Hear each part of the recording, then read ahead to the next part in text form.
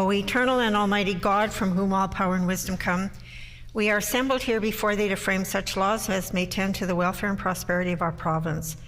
Grant, O merciful God, we pray thee, that we may desire only that which is in accordance with thy will, that we may seek it with wisdom and know it with certainty and accomplish it perfectly, for the glory and honor of thy name and for the welfare of all our people.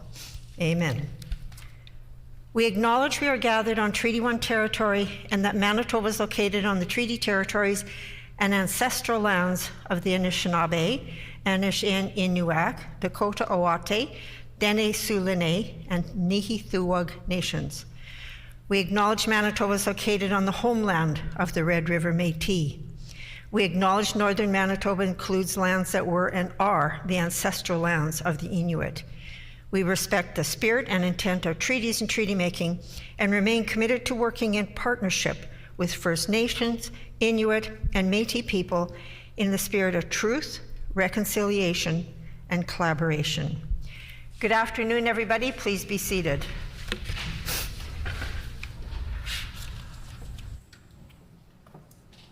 Routine proceedings, introduction of bills.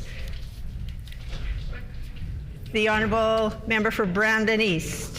Thank you, Madam Speaker. I move, seconded by the member from Dauphin, that Bill number 242, the Police and Peace Officers Memorial Day Act, Commemoration of Days, Weeks, and Months Act amended, be now read a first time.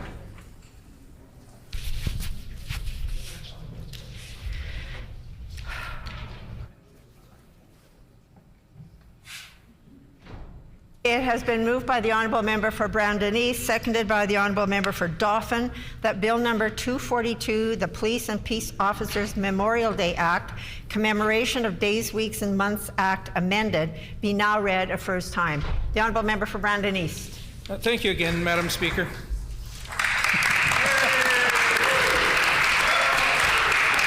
Slow start. Thank you again, Madam Speaker. I think it's important that in our province, as in every other province in Canada, that we recognize the sacrifices that protection officers and police officers do in the line of duty every day. And we recognize at the end of September of every year, we take the opportunity to recognize those who have sacrificed their lives in this fashion. We want to align, and this bill helps us align with the federal government, with moving it from the last day in September to the last Sunday in September so that it is predictable every year.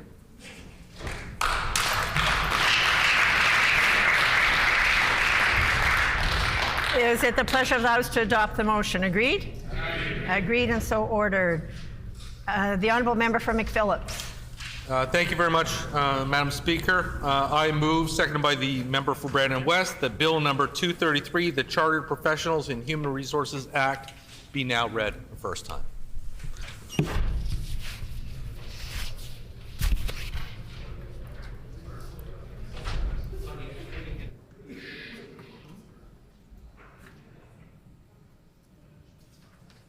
It has been moved by the Honourable Member for McPhillips, seconded by the Honourable Member for Brandon West, that Bill number 233, the Chartered Professionals in Human Resources Act, be now read a first time. The Honourable Member for McPhillips.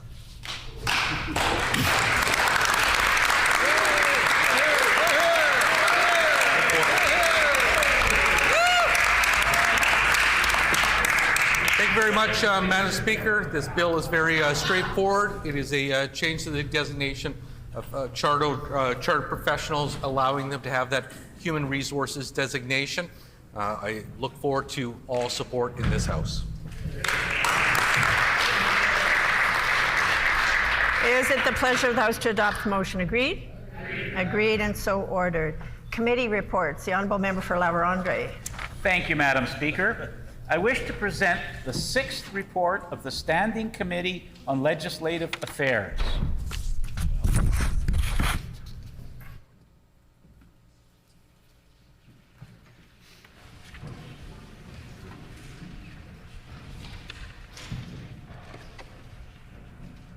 Your Standing Committee on Legislative Affairs. The Honourable Member for La Vérendrye. Thank you, Madam Speaker.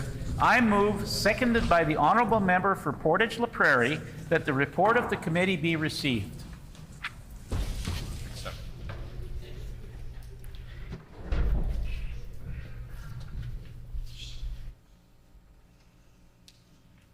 It has been moved by the Honourable Member for La Vérendrye, seconded by the Honourable Member for Portage-La Prairie, that the report of the committee be received. Is it the pleasure of the House to adopt the motion? Agreed?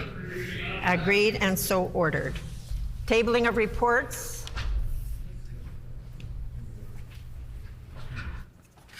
Ministerial statements. And I'm going to take this opportunity to introduce the students we have in the gallery because they won't be up there for very long. We have seated in the public gallery from Woodlawn School 48 grade 3 to 4 students under the direction of Simi Gonde, and this group is located in the constituency of the Honourable Member for Steinbach. On behalf of all of us here, we welcome you to the Manitoba Legislature.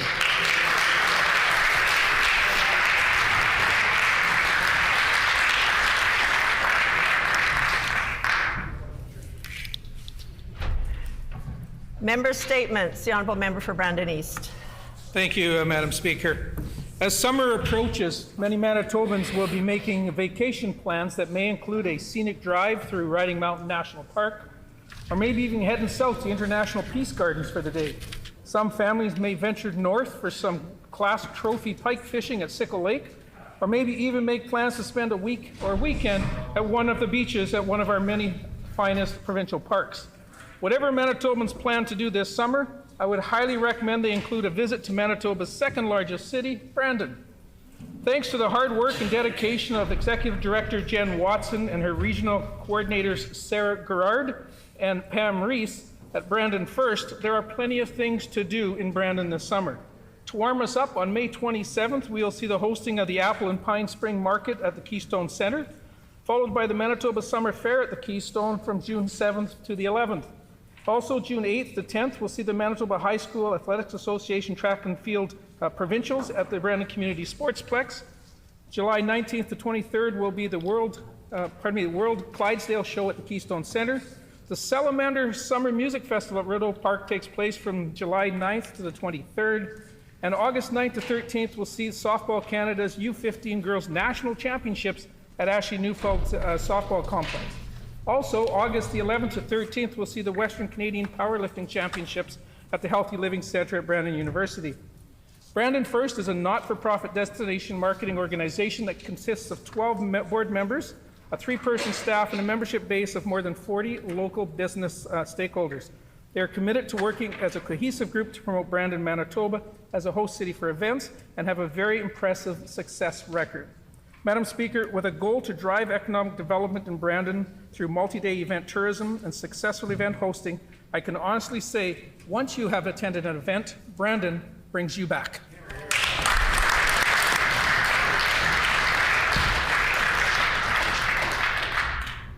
The Honourable Member for the Maples. Thank you, Madam Speaker. Today I would like to recognize truly amazing local athletes. Ritu Chahal is a Winnipeg athlete who was born with Down syndrome and has never given up on her dreams of being a champion. Ritu has participated in Special Olympic Manitoba since 2000 and has committed to making her mark in sports since she completed her grade 12 certificate from Maples Collegiate in 2009. She has participated in various sports such as weightlifting, swimming, 5-pin bowling, track and field, and basketball.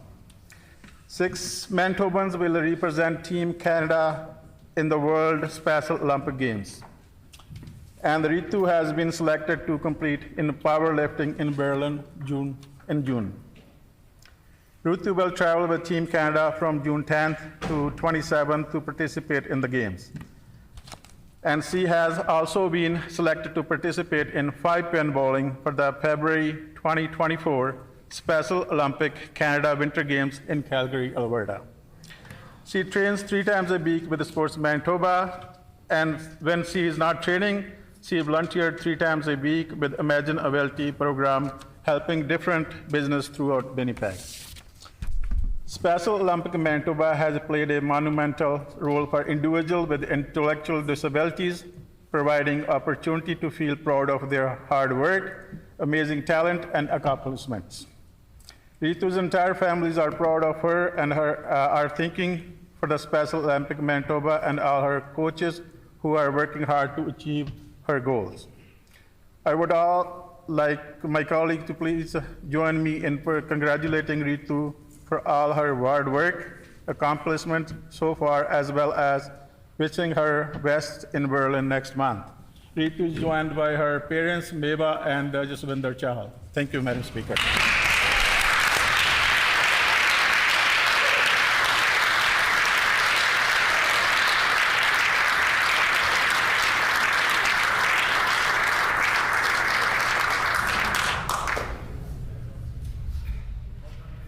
The Honourable Minister of Health.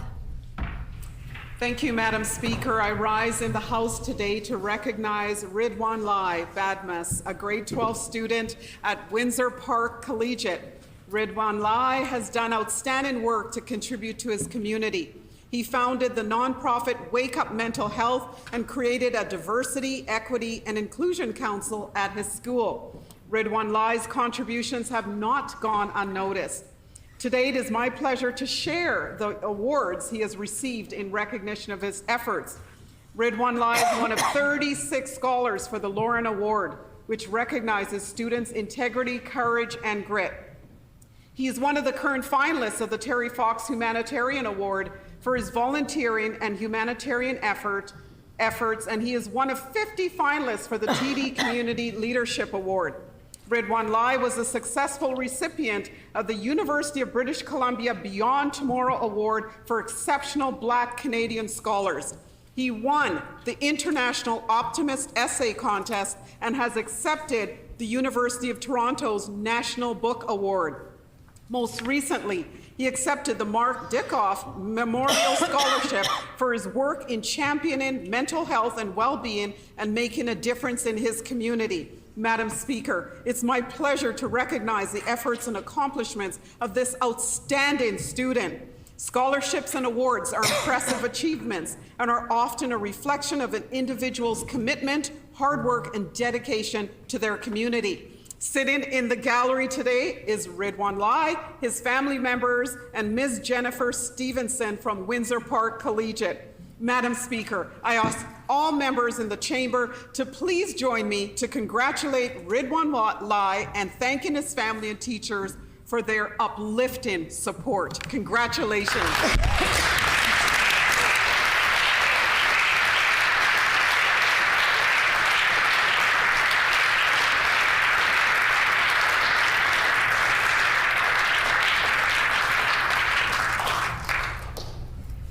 The Honourable Member for the Pas-Camissac. Madam Speaker, Kinanas Kumatin. Today I would like to recognize the outstanding success of Stephen Bignell, who is watching live right now with his family, a self-taught artist and filmmaker who has made a name for himself in the Canadian film industry. Born and raised in a Pasquia Cree Nation, Stephen's passion for the arts has driven him to create exceptional artwork and captivating films which have been showcased across Canada and the United States. After pursuing a short acting career in 2005, Stephen founded a Flat Broke production in 2011, a film company based in his home community of OCN. He started small, creating short segments before expanding into short films and eventually full-length feature films. His latest film, The Tomahawk, which premiered on National Film Board Day, has received critical acclaim. The Tomahawk tells of a story of a Cree soldier who meets a young, inexperienced German youth soldier in the closing months of World War II. The film depicts the soldier's journey to teach the German youth about his people and culture. Stephen spent countless hours writing and rewriting the script, as well as creating storyboards. The film was supported by the National Screen Institute, Reel Canada, and the Directors Guild of Canada. Stephen's dedication to his craft is evident in his work, and his passion for showcasing local talent is admirable.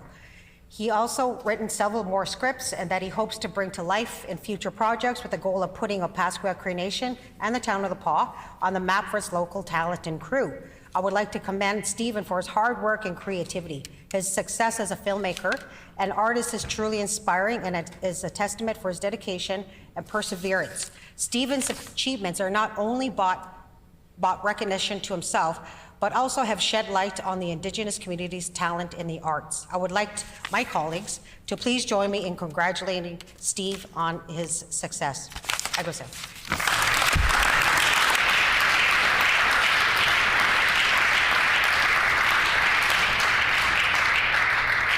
The Honourable Member for La Vérendrye. Thank you, Madam Speaker. Today may be the last time I rise in this House to do a private member statement. I have decided to speak about the importance of youth employment. I am proud to be part of a government that understands this and is willing to do something about it.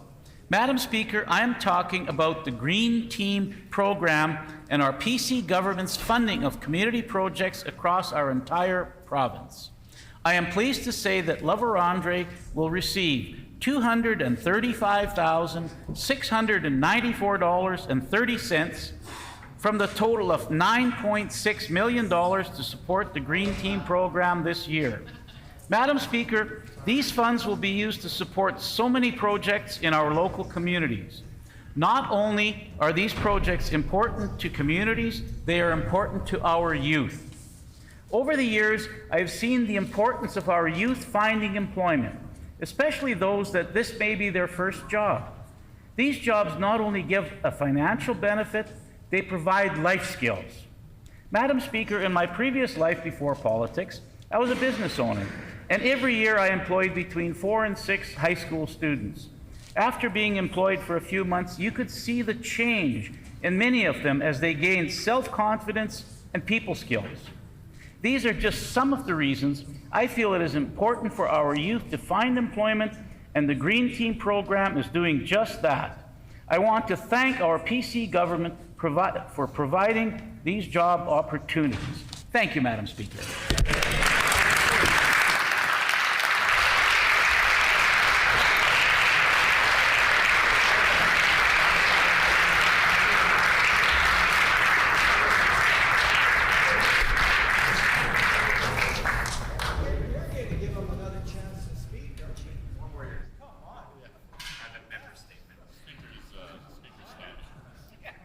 Thank you. Order. The Honourable Government House Leader. Madam Speaker, seeking leave to revert back to tabling of reports to table the estimates order.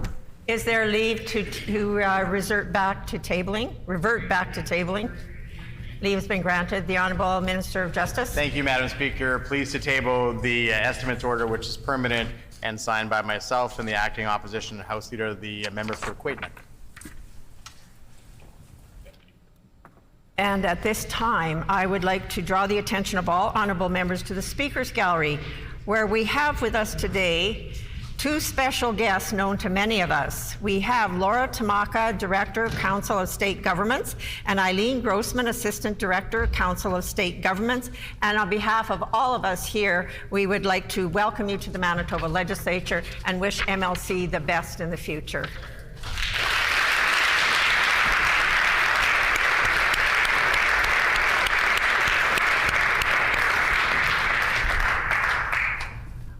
Oral questions. The Honourable Leader of the Official Opposition.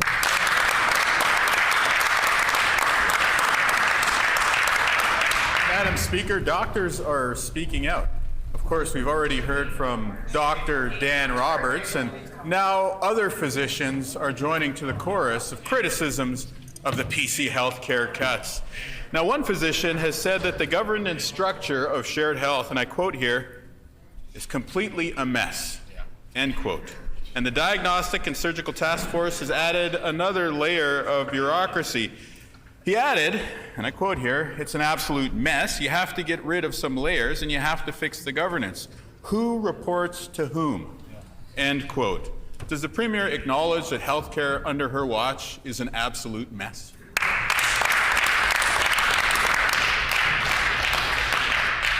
The Honourable First Minister. Madam Speaker, I want to thank all of those that sit on the Surgical and Diagnostic Task Force. They are making significant headway at the backlogs that were created as a result of the global pandemic, Madam Speaker, and we want to thank them for the incredible work that they do day in, day out to ensure that Manitobans get the surgical and diagnostic procedures that they need, Madam Speaker.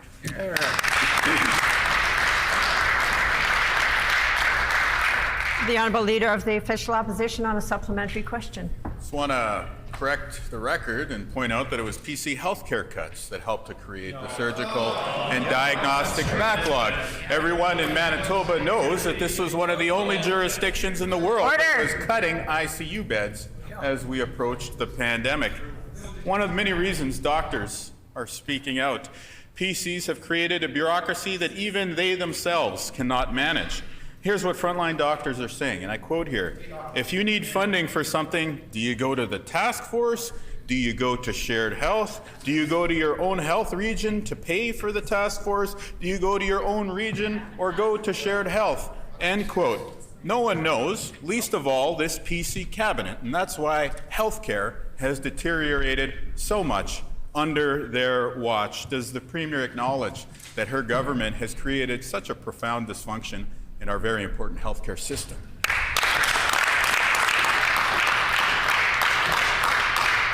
The Honourable First Minister. Madam Speaker, Manitobans know, and the Leader of the Opposition should know, that we are making record investments in healthcare in the province of Manitoba, almost $8 billion in healthcare this year alone, a $668 million increase over last year, a 22% increase since we took office, Madam Speaker. That's more, not less. Madam Speaker, that's significant improvements in areas like the Leader of the Opposition mentioned ICU capacity, Madam Speaker. In fact, I was just at the Grace Hospital not so long ago making an announcement there with those doctors and nurses and everyone at the Grace Hospital about an expansion, $30 million that we are investing in an expansion of the ICU at Grace Hospital. That is more, Madam Speaker, not less.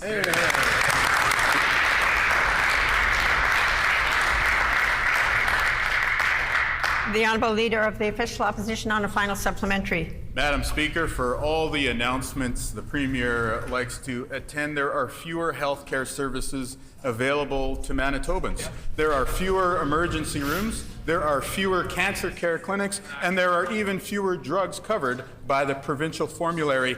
Those are the cuts that this PC government made. And so how is it that Manitobans are paying more and getting less when it comes to healthcare? It's because of the bureaucratic mess that this Premier and Brian Pallister installed at the heart of our healthcare system. The dysfunction of that is one of the chief causes of burnout at the front lines, and that's why physicians are speaking out. Why has the Premier created so much bureaucracy in healthcare at the same time that she's cut frontline healthcare services?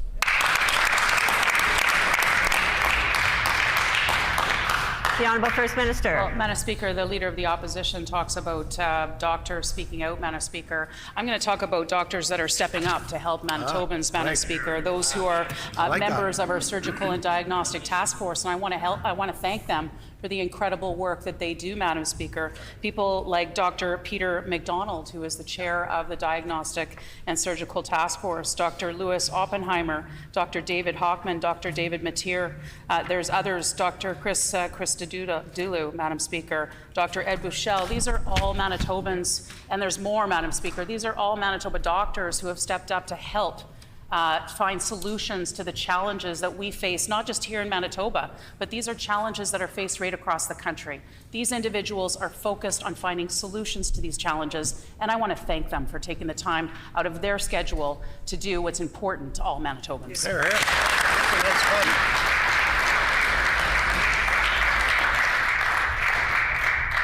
The Honourable Leader of the Official Opposition on a new question. Madam Speaker, earlier this week, the company that owns Superstore raised its dividend. Now, the reason that they did that is because they made a profit of $426 million in just the first 3 months of the year. They did that by raising grocery prices on the hardworking people of Manitoba. At the same time, we uncovered that this government is sending that same company and its billionaire owner a check for $327,000. If that weren't enough, yesterday the Premier went on to claim that if we didn't send them this additional $327,000, that somehow this wildly profitable corporation would, quote, go out of business, end quote. Does the Premier actually believe that Loblaws will go out of business if we don't send them another $327,000 check?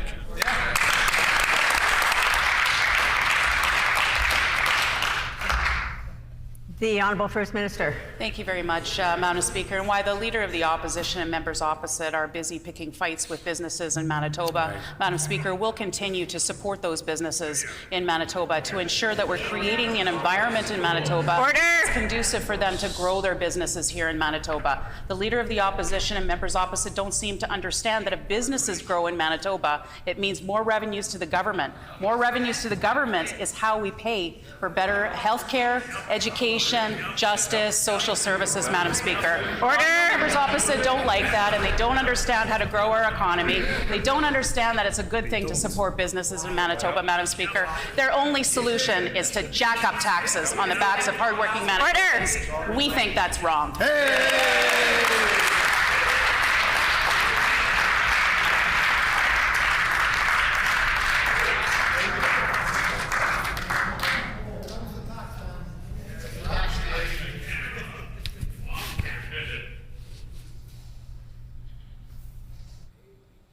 I'm looking for a quieter day today so that everybody that is watching this can hear what is being said, and I'm going to ask for everybody's cooperation, please. The Honourable Leader of the Official Opposition on a supplementary question. Madam Speaker, the average Manitoban hears that first question that I asked and they're outraged that billionaires are getting hundreds of thousands of dollars that should rightfully be going to public schools. But here's how out of touch the PCs are. They heard that first question and they said, what? Order! Loblaws is raising its dividend? On that side of the House, they support the billionaires. Yep, that's right. On this side of the House, we support public schools.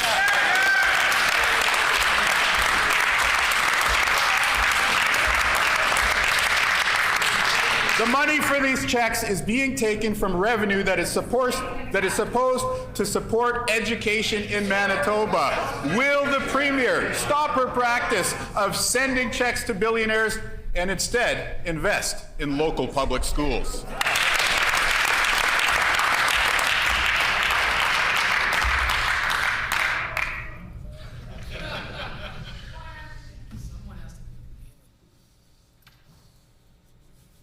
The Honourable First Minister. Madam Speaker, if the Leader of the Opposition and members opposite truly cared about funding education, Madam Speaker, then they would have voted in favour of our budget that provides more than $100 million increase to the education budget alone this year, Madam Speaker. That's a 6.1% record increase in investments in our schools right across this province, Madam Speaker. Every single school division got a raise, Madam Speaker. That's part of that $100 million, Madam Speaker. And the Leader of the Opposition and every single member opposite voted against that, Madam Speaker. We will take no lessons from the members opposite.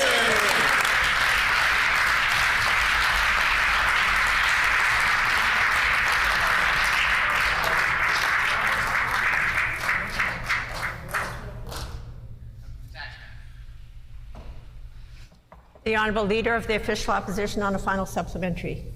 Ask any parent or educator in the province and they'll tell you that the PCs have been underfunding education in this province for years. They'd also tell you that $327,000 that the Stephenson government is sending to the company that owns Superstore, well, that could go a really long way in our local schools. That could pay for several EAs to help children with exceptional needs. That could pay for extracurricular programs to help young people flourish. That could help address some of the infrastructure needs that have only grown under the PCs. I really wish the PC MLAs would heckle this much at the school cuts rather than when we fight for public education. Seeing as how the Manitoba NDP is the only team that will stand up for public schools in this province, I will ask once again, is this Premier going to cancel the checks for billionaires and instead invest in public education? Great job.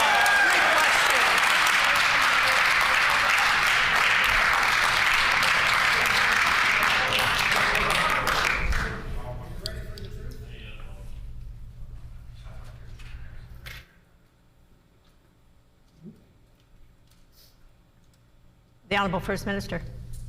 Well, thank you very much, Madam Speaker. And I always appreciate a question on all the investments that we're making in our education system in Manitoba. And it's time to put some facts on the record, Madam Speaker. A 23% increase in education funding since we came to office. Madam Speaker, over $100 million increase in investment over last year alone. Every single school division right across this province of ours got an increase to their funding, Madam Speaker. And when the Leader of the Opposition claims that he cares about education funding, Madam Speaker, he had the opportunity at that time, Madam Speaker, to vote in favor of increased funding to education, Madam Speaker. And what did he do?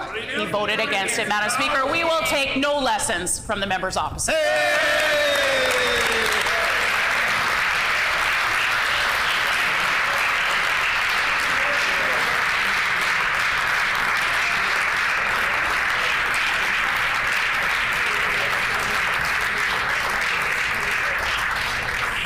The honourable member for Fort Garry. Thank you, Madam Speaker. On this side of the House, we don't think billionaires need government handouts. Yet that's exactly what the Premier and her entire PC... Order. If I can't hear, that means Hansard can't hear, that means our clerks can't hear, and that means the public can't hear. So I'm going to ask for everybody's cooperation, please. And we have some guests from the United States that I think are very interested in our system of government, and I think they're looking to see more civility and respect for democracy on this floor. The honourable member for Fort Garry. Okay.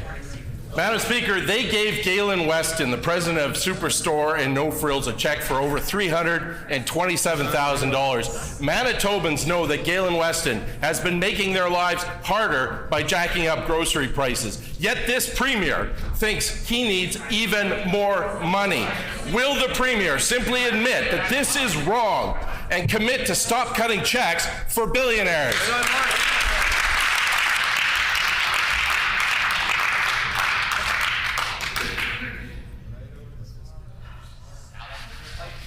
The Honourable Minister of Finance. Well, thank you very much, Madam Speaker. And here we go again, the opposition members picking fights with Manitoba businesses. Clearly, under our government, under the direction of the Premier, we've been focusing on creating an atmosphere for economic development, an opportunity for Manitoba business to grow. And when Manitoba businesses grow, more Manitobans are working. In fact, Madam Speaker, we had one of the fastest growing economies at 3.6% last year. We've got more Manitobans working than ever before. As a result of that, Madam Speaker, we've been able to make historic investment in public education, $100 million plus a 6.1% increase in this year's budget alone.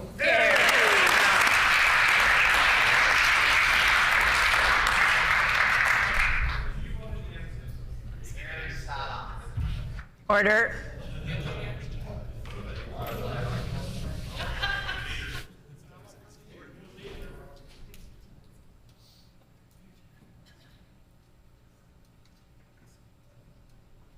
The honourable member for Fort Garry on a supplementary question. This Premier made a choice. She chose to stand without a province billionaires. On this side of the House, we also made a choice. We will always stand with Manitoba. Yesterday, the Premier claimed that without her government's $327,000 check, No Frills and Superstore could go out of business. It's clear the Premier is not living in reality. No Frills and Superstore made $418 million in profits in the first quarter this year by hiking Manitobans' grocery costs. They don't need government handouts. Maybe this Premier doesn't remember because she forgot the $31 million to disclose in her own property sales. Will this Premier do the right thing and stop cutting checks for billionaires?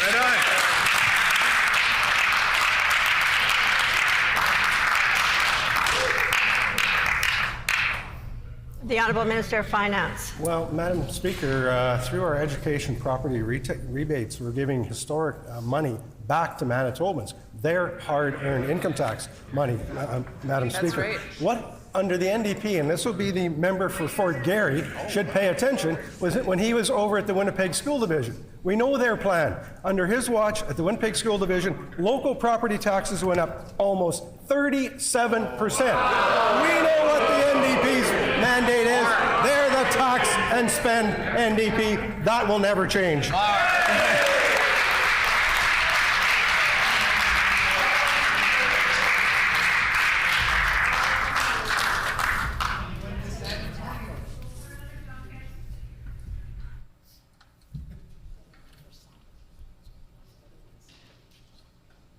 The honourable member for Fort Garry on a final supplementary. I hate to break it to this government, but Galen Weston is not a Manitoban. Now, Manitobans are struggling with their grocery bills, and this premier is cutting checks for billionaires. That includes the $327,000 to Galen Weston, the same person who's making groceries more expensive for Manitobans. That's $327,000 that should be invested in our schools. On this side of the House, we know that's wrong. Will the premier do the right thing and stop giving checks to billionaires?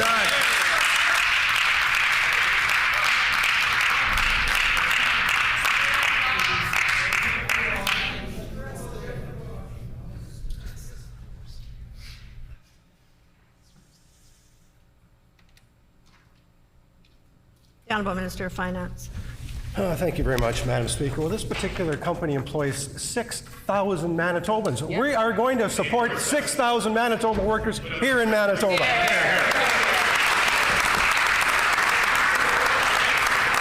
Now, we know the NDP have got a record of taxing and spending. The member from Fort Garry, 37% increase on the backs of Manitoba taxpayers. Now we've got the leader of the opposition saying, well, some commercial properties should pay, maybe some shouldn't.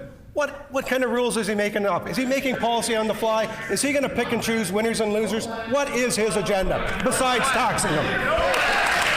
What is it?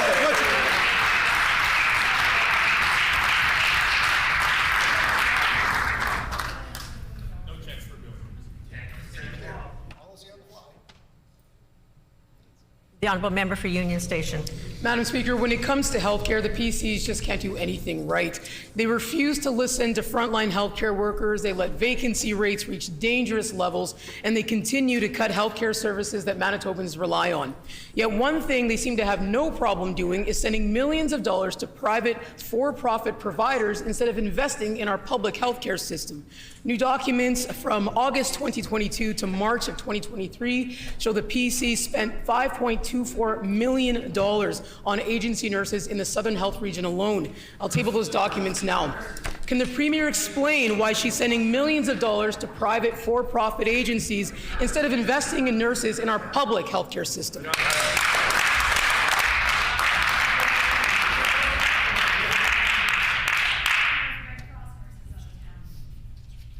The Honourable Minister of Health. Thank you, Madam Speaker. I'd like to start by saying Happy Nurses Week to all the nurses here in Manitoba. Thank you for your dedication and your commitment to providing care to Manitobans. They wouldn't even clap. Madam Speaker, I was pleased to announce yesterday that 55 nurses have been hired into the Manitoba government's provincial nursing pool since its inception late last year. These nurses have worked approximately 900 shifts in the first 3 months of this year, Madam Speaker, in Northern Health Region, Interlake and Prairie Mountain. Madam Speaker, and 2/3 of those nurses have returned to the public system from agency nursing. Welcome back and Happy Nurses Week.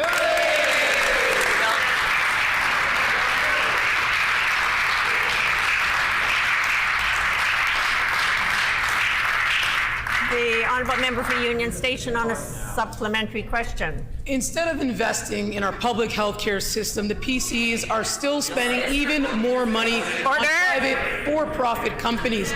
In only 7 months, they spent $5.24 million on agency nurses in the southern region alone. That's millions of dollars that could have been invested in filling vacancies in our public health care system. Vacancies that the PCs helped create through their health care cuts.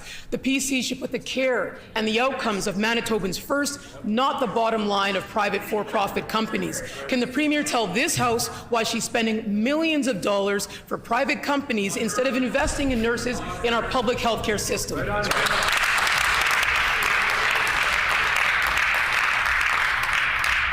The Honourable Minister of Health. Thank you, Madam Speaker. The Health Human Resource Action action plan is showing significant improvements in the health system. Nearly 900 new hires, Madam Speaker. 259 of those new hires are nurses, Madam Speaker. And through the incentives that these nurses shared with myself when I went right to the front line to speak with them, we invested $200 million into incentives, and I can report that 11,600 weekend super premiums have been paid, 8,747 wellness bonuses, Madam Speaker, 11,562 licensure reimbursements. We are investing in the health system. We are investing in nurses. Again, happy Nurses Week. Here.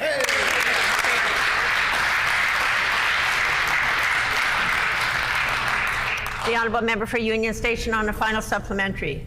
Madam Speaker, while the PCs continue to spend and send millions of dollars to private for-profit companies, they also continue to cut our healthcare system. Dozens of beds have been closed, vacancy rates have reached dangerous levels, and nurses are being mandated to work overtime just to ensure our system doesn't fall apart. On this side of the House, we think that's wrong, Madam Speaker. The Premier should invest in strengthening our public health care system instead of spending millions upon millions of dollars on private for-profit agency companies. Will she make that commitment today?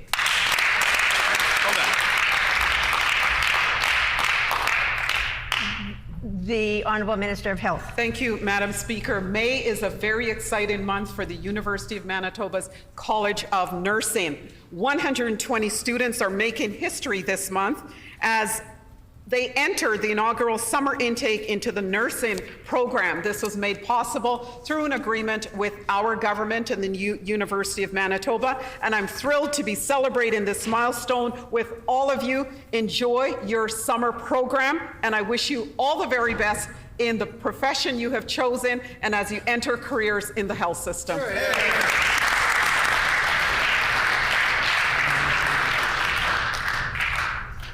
The honourable member for Wolseley. Madam Speaker, everyone in Manitoba knows that the PC government does not respect collective bargaining, and everyone knows that the PCs have made a mess of our provincial healthcare system. Last month, allied healthcare workers voted 99% in favor of a strike mandate, and it's easy to see why. Frontline workers like rural paramedics, pharmacy techs, MRI techs, radiation therapists, and 190 other allied health professionals have had their wages frozen by this PC government for 5 years. We're in a cost of living crisis, and the healthcare workers who take care of us deserve so much better.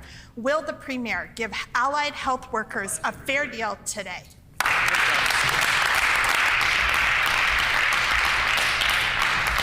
The Honourable Minister for Consumer Protection and Government Services. Thank you, Madam Speaker. It seems kind of ironic to me that on this side of the House, the Progressive Conservative Caucus has to explain the collective bargaining process to the members of the NDP. You would think that they would be more familiar with it. As the member should know, the government of Manitoba is not the employer here, Shared Health is. And certainly our hope is that Shared Health and the MHCP and other unions gather together at the bargaining table, that they work faithfully and diligently on negotiations, that they're able to come to a good collective agreement. That's what everybody wants. Yep.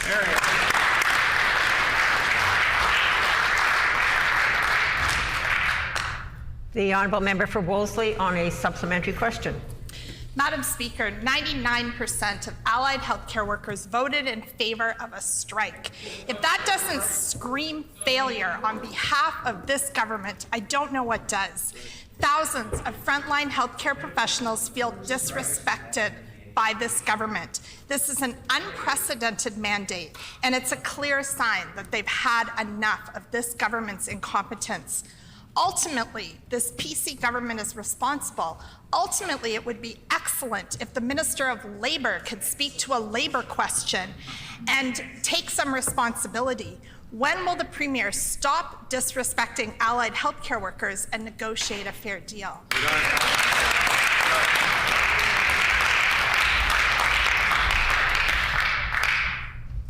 The Honourable Minister for Consumer Protection and Government Services. I suppose I shouldn't be surprised that the NDP don't know what a good team looks like, but this is what a good team looks like.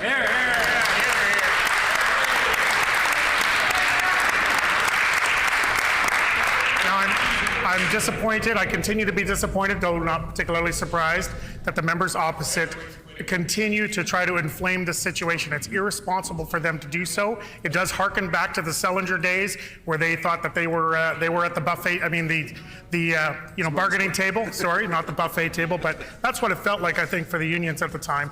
Active bargaining is continuing. Negotiations are underway, as they should be. That is what should be happening. I wish the member would, instead of trying to inflame the situation in this House, support that process and ensure that it can come to a good conclusion.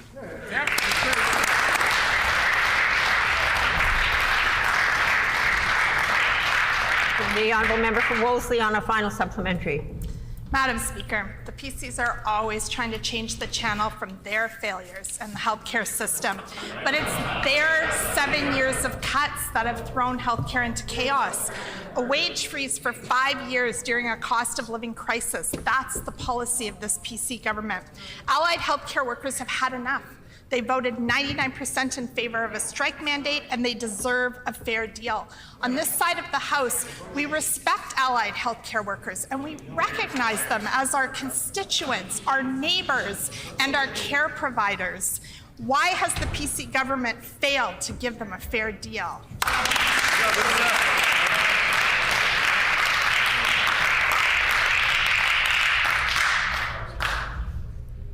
The Honourable Minister for Consumer Protection and Government Services. The way to get to a fair deal is by negotiation and potentially through arbitration or other tactics, other techniques. That's exactly what's going on. Now, what I will say to the members opposite is that I have been out knocking on doors, speaking with many PC supporters. Every once in a while, I do run across an NDP supporter. I do. They appear to be just as dejected, deflated, and divided as this NDP caucus. But one thing that does seem to unite them is they all wish that the leader of the opposition would be the member for St. James.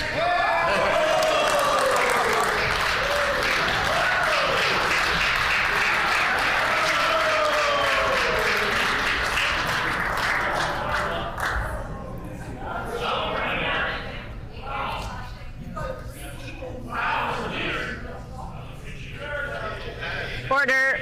The Honourable Member for Kuwait-Nook.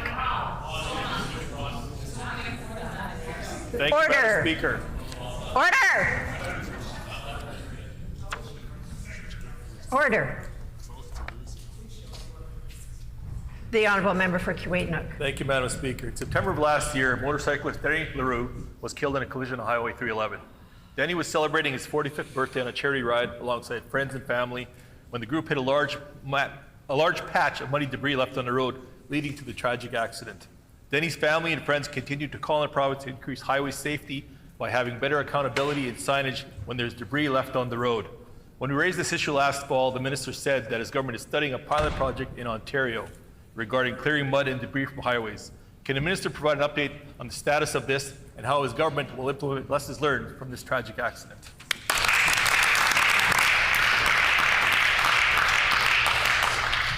The Honourable Minister for Transportation and Infrastructure. Thank you, Madam Speaker. It was a while since the member from Kuwait-Nook even actually got up and asked me a question, so it's great to have the opportunity to say that this last couple of weeks I've actually met with the motorcycle group of Manitoba to talk about the safety when it comes to motorcycle riding in rural Manitoba, especially on our highways, especially when it comes to agriculture sector. We've actually met with them, with Minister of Agriculture too, to talk about the opportunities that we have to educate the public and work with MPI and also work with Manitoba Agriculture when it comes to Keystone Agri producers. We're collaborating, Madam Speaker, and we'll continue the talks, and we're also looking at what happens in Ontario. Thank you, Madam Speaker. There you go.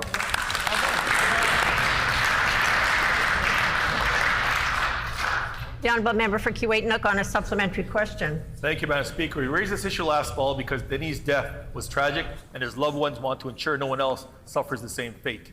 We owe it to Denis and others to make sure Manitoba's highways are safe for everyone.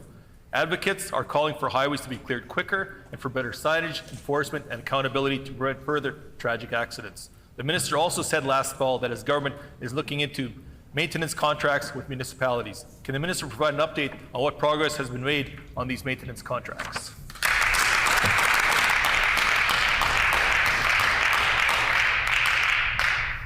The Honourable Minister for Transportation and Infrastructure. Thank you, Madam Speaker. I just wanted to say to the people in the House here that when it came to this weekend, I had the opportunity to do a proclamation to Safety Month for motorcycles in Manitoba. And I had the opportunity to talk to Denny's wife, Lise, who actually tragically lost her husband. And we had a great conversation to talk about what we're going to do, what our commitment is as government here. We are going to look into this matter. We're going to make sure that we collaborate with everybody out there when it comes to education to the public, because everybody should look out for motorcycle drivers, and this is why we're having Safety Month this month and the proclamation that we did this past weekend. Thank you, Madam Speaker. Yeah.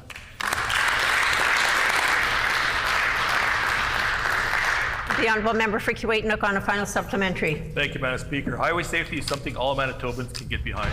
One death on our roads is too many. Safety advocates are calling for action to be taken. They want to see roads cleared quicker, better signage, and stronger enforcement to ensure someone is accountable for clearing debris. Can the Minister tell us what concrete steps and what commitment his department will take to improve accountability and ensure that no other family has to grieve this kind of tragic loss?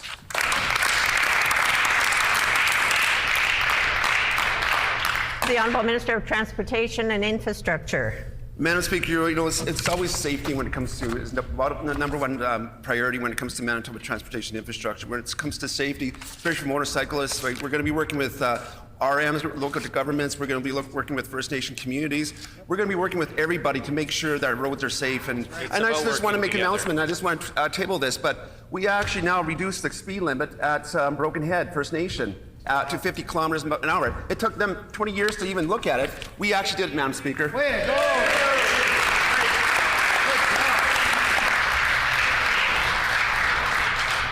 The Honourable Member for St. Boniface. Thank you, Madam Speaker. At Monday's meeting of the Brandon School Board, a former school trustee made a presentation demanding book banning. There's a video of it online, which went into graphic detail that was frankly disgusting because of the terrible accusations it levels at educators and librarians.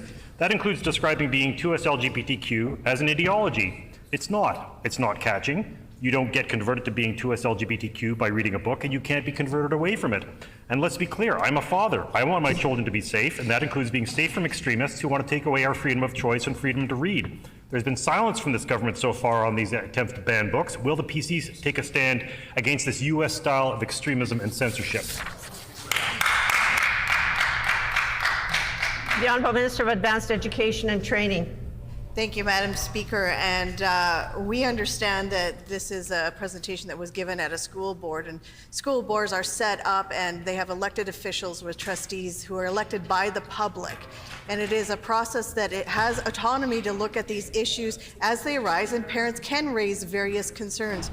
Our government supports an inclusive and supportive environment for all students to learn. We trust that the trustees also are looking at the best interests of children. This is a matter that right now is being looked at Brandon School Division, and we will follow closely the outcomes of those discussions. There you go. The Honourable Member for St. Boniface on a supplementary question. Thank you, Madam Speaker. When teachers and librarians are considered targets, we should all be concerned. There are also folks in Winkler who are demanding that medically accurate books about human biology in a public library be banned. If these folks are worried about what's in a public library, they sure are in for a surprise if they ever find out about the internet. Because let's be clear, in order to protect children from abuse, there's evidence that access to comprehensive, scientifically accurate sex ed material helps reduce the risk of a child being sexually abused. Does the Premier agree that book banning and attacks on educators need to be rejected? The Honourable Minister for Sport, Culture and Heritage. Thank you, Madam Speaker. As my colleague said, public libraries are for everyone. They provide equal and equitable access to information and knowledge in accordance with the needs, rights, and freedoms of all residents. Under the Manitoba Libraries Act, as my colleague said, library boards are the authority for the governance and procedure for public libraries. They are responsible for the development and implementation of collection policies, including the review and consideration of challenged materials. I'm not sure how else we can say it to the member opposite, but this is governed under the Manitoba Public Libraries Act. We are looking into it. We are working along with the boards as well. Thank you.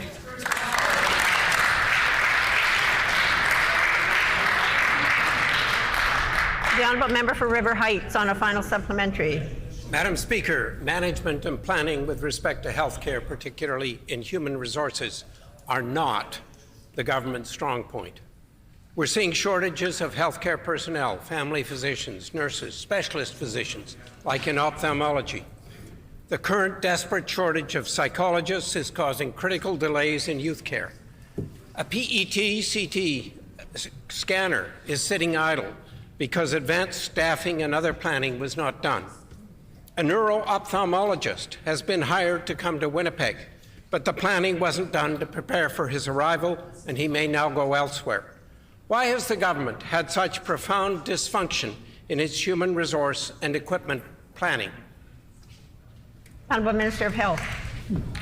Thank you, Madam Speaker. I'm pleased to rise in the chamber today to share again and to congratulate all the individuals that have been working on the Health Human Resource Action Plan Task Force that has led to nearly 900 new hires, Madam Speaker. 73 of those new hires are physicians, 259 are nurses, 82 allied health providers, 438 healthcare aides, 32 physician and clinical assistants. Madam Speaker, we recognize that more work needs to be done, and our government has taken steps to ensure that the health system is staffed through our Health Human Resource Action Plan and our historic investment of $200 million.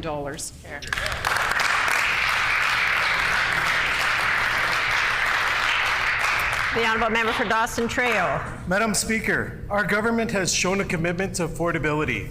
The Canada-Manitoba Housing Benefit is providing $154.6 million in housing benefits to support over 17,000 low-income Manitobans. The Minister of Families recently announced this as part of the National Housing Strategy. Can the Minister provide further details on this funding and the benefit? Great question. The Honourable Minister of Families. Thank you very much, Madam Speaker. I'd like to thank my colleague for that very important question on housing. Our government agrees that youth coming out of the child and family services system, as well as those who are experiencing addictions, are at most risk for homelessness or becoming unsheltered or facing housing insecurity. That is why our government has allocated, in addition to the $126 million homelessness strategy, we are allocating a $350 a month top-up benefit for shelters so that anyone who meets the criteria, either kids coming out of care or those at risk of homelessness, can receive this monthly benefit so that they can achieve housing security in the province of Manitoba.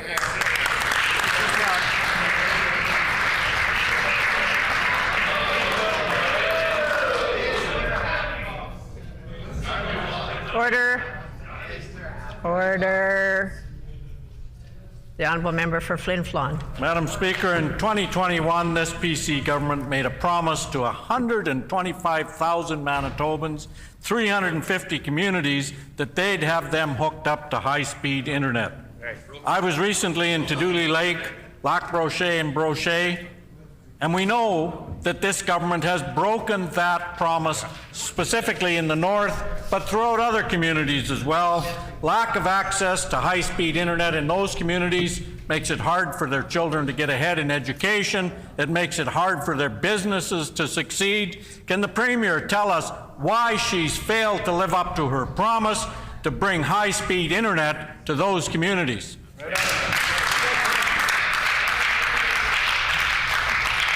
The Honourable Minister for Consumer Protection and Government Services. Thank you, Madam Speaker. Bringing high-speed internet to rural Manitoban communities, northern Manitoba communities, remains a priority for our government. That's why I believe we had a debate, was it last week or the week before in this House, where I tried desperately to read the names of every single one of the 409 communities that have already been hooked up by our government. Yes, there are more to do, but the 409, I just couldn't get through it in the 10 minutes I had available to me. We are making significant progress on this file. We are hooking up tens of thousands of homes to high-speed internet under this agreement.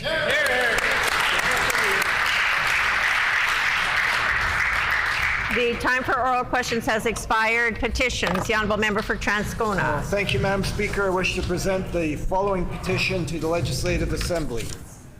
The background to this petition is as follows. Number one, according to the Census 2021, Punjabi is the fourth most spoken language in Canada, and there are 33,315 people in Manitoba whose native language is Punjabi. Number two, thousands of Punjabi newcomers are coming to Manitoba as students and as immigrants looking to call this province home. People of Punjabi origin contribute a great deal to the social and economic development of Canada and Manitoba in fields such as education, science, health, business, and politics. Number three, in coming to Manitoba, Punjabi newcomers make sacrifices including distance from their cultural roots and language.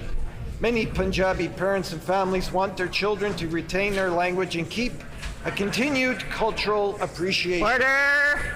Number four, Manitoba has many good bilingual programs and public schools for children and teens available in other languages including French, Ukrainian, Ojibwe, Filipino, Cree, Hebrew, and Spanish. Punjabi bilingual programs for children and teens, as well as Punjabi language instruction at a college and university level, could similarly teach and maintain Punjabi language and culture.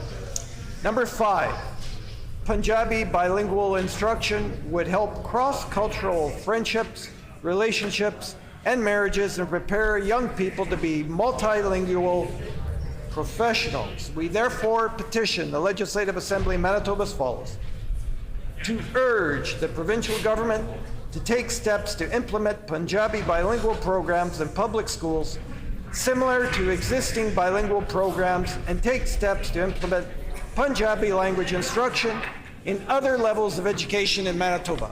This petition, Madam Speaker, is signed by many Manitobans.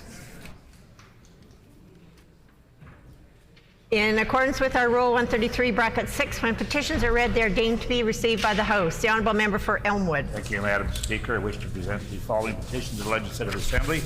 The background of this petition is as follows. Number one, until recently, diagnostic tests, including those for blood and fluid samples, were available and accessible in most medical clinics. Number two, Dynacare blood test labs have consolidated their blood and fluid testing services by closing 25 of its labs. Number three, the provincial government has cut diagnostic testing at many clinic sites, and residents now have to travel to different locations to get their testing done, even for a simple blood test or a urine sample. Number four, further travel challenges for vulnerable and elderly residents of Northeast Winnipeg may result in fewer tests being done or delays in testing, with the attendant effects of increased health care costs and poor individual patient outcomes. Number five, COVID-19 emergency rules resulted in long outdoor lineups, putting vulnerable residents at further risk of extreme weather, be it hot or cold. Moreover, these long lineups have resulted in longer wait times at services and poorer service in general. Number six, Manitoba residents value the convenience and efficiency of the healthcare system when they are able to give their samples at the time of the doctor visit. We petition the Legislative Assembly of Manitoba as follows: to urge the provincial government to immediately demand Dynacare increase their testing capacity so residents can better access these services locally, and reestablish blood testing services at medical clinics in the local community. And this petition is signed by many, many Manitobans.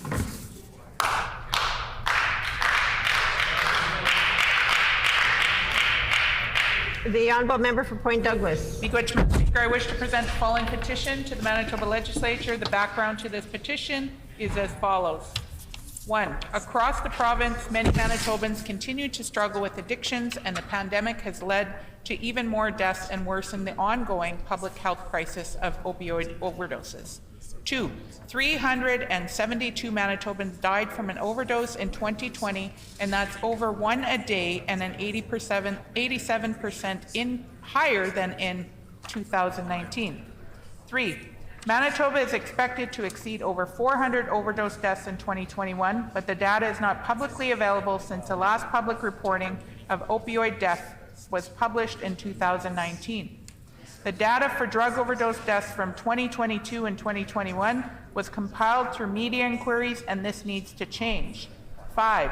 Access to timely data on the harms of drug helps to inform both government and stakeholders on where to take action and target resources needed in various communities. 6. Manitoba is the only province not providing regular timely data to the federal government opioid information portal. 7. Manitobans deserve a government that takes the growing drug crisis seriously and will report the data publicly in a timely manner to target actions and allow for accountability.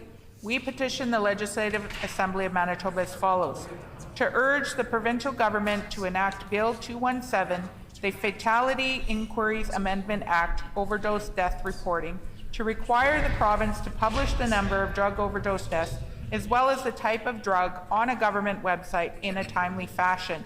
And this has been signed by Marcel Catchaway, Rita Maud, Esther Catchaway, and many other Manitobans.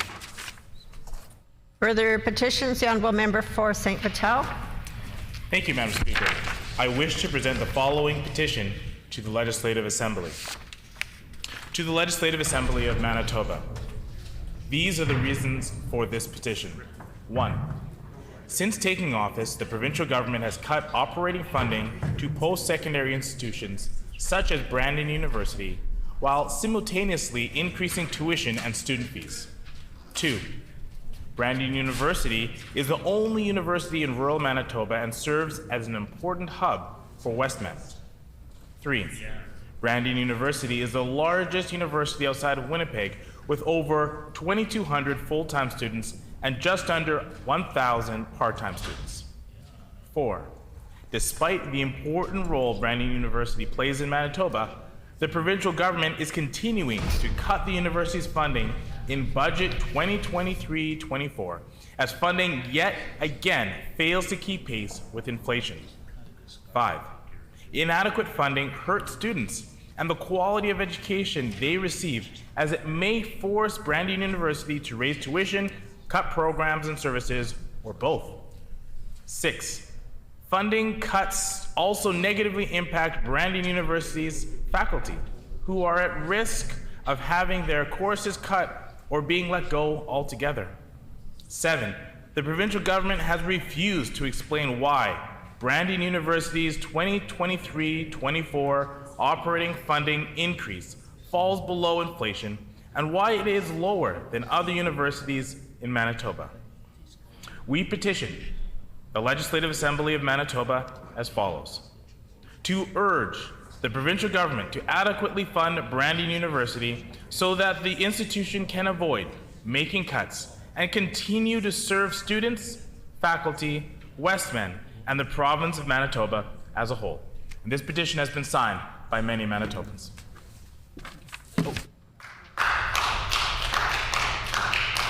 Grievances, orders of the day, government business. The Honourable Government House Leader. Madam Speaker, could you please resolve the House in the Committee of Supply? It has been announced that the House will consider estimates this afternoon. This House will now resolve into Committee of Supply. Mr. Deputy Speaker, please take the chair.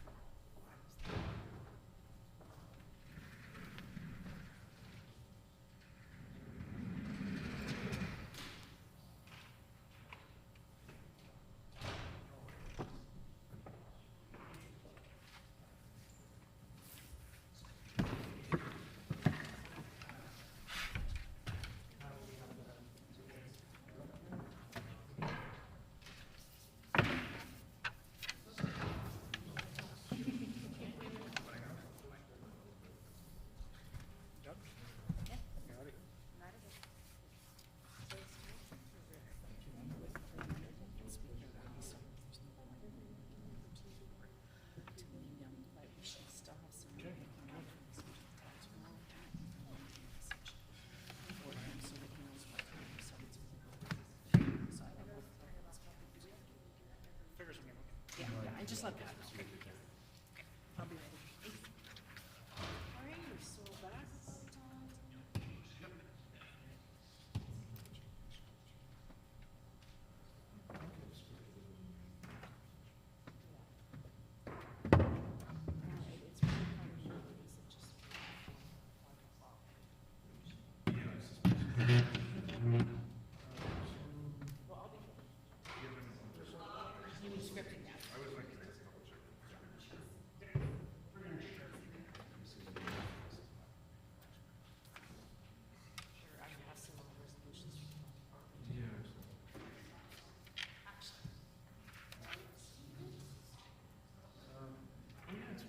yeah, that's what, because I'm in on late shift. So. Dwight, did you think that? No, I'm good. Okay, did you need to change? No, I didn't. Okay, did you get a meeting or anything? I need to talk to somebody, but it was. Okay. I know, it's kind of hard to figure out which day it is. Wednesdays and Thursdays? Just need one more, should be one more chair behind the curtain, this over here. We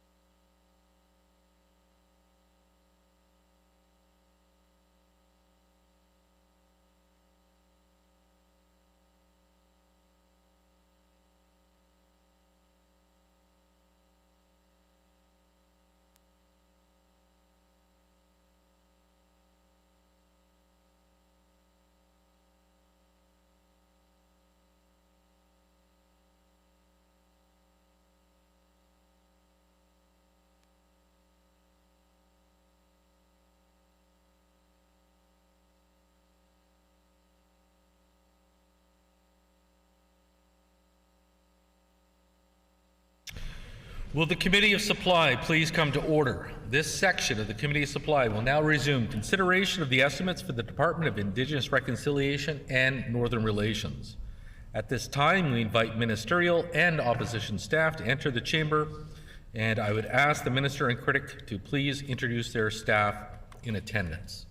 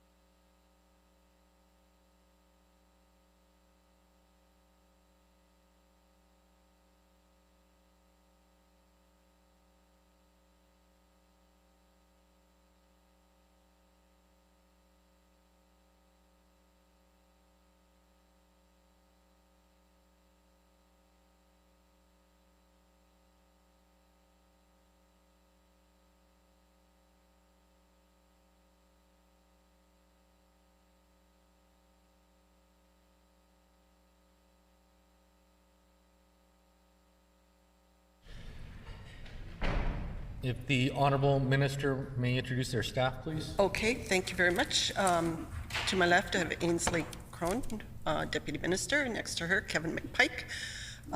Next to him, Mike Sosiak. And next to him, Frankie Snyder. And I gave all their positions last session, so same people. May the Honourable Critic please introduce his staff. Thank you. To my left, I have Julia Ann Tinishin, a caucus assistant. Thanks. I thank the Minister and member. As was previously indicated, questioning for this department will proceed in a global manner. The floor is now open for questions. The Honourable Critic. No. The Honourable Member for Thompson. Thank you, Mr. Chair. So we'll continue off for where we left off on Monday. On Monday, the Minister mentioned several vacancies that currently exist within the department. I believe it was 25% vacancy rate or 25 positions. I'm wondering if the Minister can explain how and when these positions will be filled.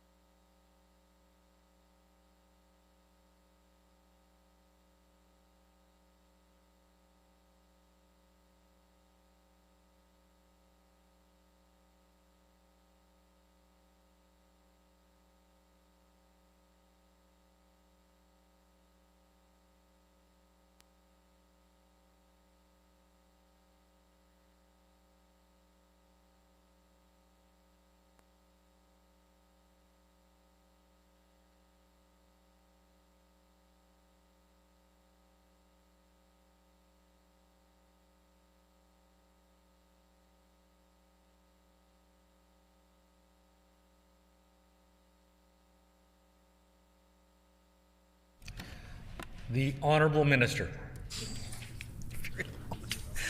Thank you, Mr. Chair. Sorry, thank you for your patience. Indication 25 vacancies as of the end of February, which includes 10 positions which we identified last time are new positions within our department. All these positions are at various stages of recruitment, and how and when they'll be filled is very much dependent on the type of vacancy that they are. But you also asked about Indigenous component within our staffing, which we take very seriously. And we have identified that there is an increase in Indigenous staff, as it is a key priority for our department, and also across government. I want to add that. And we've been working to ensure priority is given to these candidates. And I just have to add to that. Just the week that I was reappointed as minister, I was invited. We have a very large office over on Donald Street, and I went over to meet with the staff there, as I've done in the past. And I have to say, in my short vacancy from this position, when I went in and met the staff that was there, and I have to say I was very proud of the fact that most of the staff was still there. That's excellent, because that's continuity in the work that we do. But I was also very pleased to know that our DM had been ensuring that he brought in staff that he knew was competent and very worthy within our department, and many of them were Indigenous that I knew from other departments within government or outside in our other offices. So even for me, that was a very high score for our department. And as an example, my DM here is Indigenous, and I'm very proud of that. And over the last several months that we've done really well in this. Through the Public Service Commission, our government is recruiting Indigenous talent acquisition professionals, and which have been funded through the RRIF fund to increase Indigenous staff. And I've said this not only in our department, this is all across government, and it's also in our boards and committees. Thank you. The Honourable Critic. Thank you, Mr. Chair. Can the Minister please tell us more about what her priorities are as Minister of this department?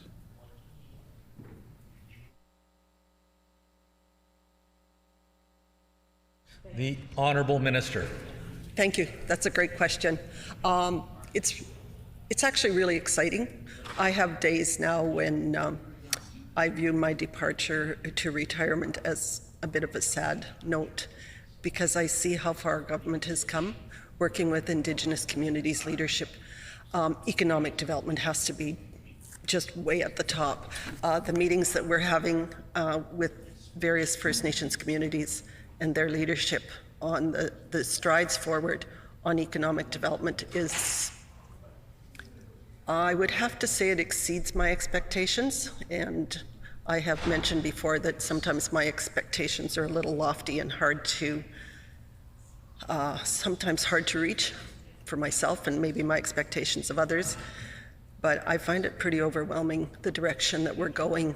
And I've got a few examples. I was going to entertain you today with some remarks of things that I do see as priorities that are happening, as this will be my last estimates in my profession. And it's actually a part of my job that I enjoy estimates, contrary to many. But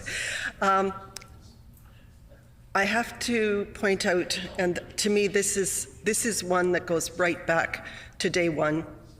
It never happened in the previous government, ever. And I think it is probably one of our biggest achievements.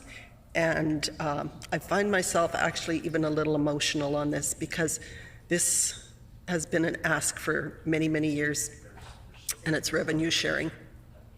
And that is going to make the difference in so many communities, for so many families, for jobs, the income, and it's not even just about that, it's the sense of belonging, the sense of partnerships going forward. And there were 2, 4, 6, 8, 10, 12, about 16 letters sent out It was an initiative within the Department of Natural Resources and Northern Development. And there were 16 letters sent out to First Nations to have this discussion. And I have to say, this was earlier this year, I believe. Yes, it was March 31st, 2023, so it's not that long ago. And to date, there's at least 6 First Nations have signed these revenue sharing agreements, and I'm extremely proud to say there's one taking place right now that I would have loved to be at. And I want to acknowledge these communities for coming quickly, and it's long overdue. And the emotions that are attached to this for them is almost hard to explain, but I certainly understand it, because it just makes for so much ability for them to move forward where they haven't had that ability before. So I'm very proud of my colleagues in different ministries for the work that they are doing for inclusion, for revenue sharing. There's just a lot going on. I'm just looking for some of the other ones here. I guess healthcare would have to be the next one for Indigenous peoples, especially in northern Manitoba, and we've heard that brought forward several times. And I have been meeting with the health minister as well as other partners within healthcare, and we are working with leadership with MKO, with the AMC, with the tribal councils. And I was at tribal council at AGM just 2 weeks ago, I believe 2 or 3 weeks ago, and we discussed at great length healthcare in northern Manitoba and some of their most serious concerns. And you know, they're like the rest of Manitobans. They want healthcare closer to home. They want, you know, the healthcare professionals where they need them, and their nursing stations operational, and that they are able to be confident in their healthcare system. There's a new CEO, as you know, in the Northern Health Region, and they talked about that day. I just want to acknowledge, his name is Raj Swada, and they indicated that he was going to be coming to their AGA the following day, and they were looking forward to that. They were a little apprehensive, but Grand Chief called me back later that day, the second day, and said that the CEO had come and had spent the full day with them, and that they were really, really pleased with the conversations they had. The Honourable Minister's time has expired. Thanks. The Honourable Critic.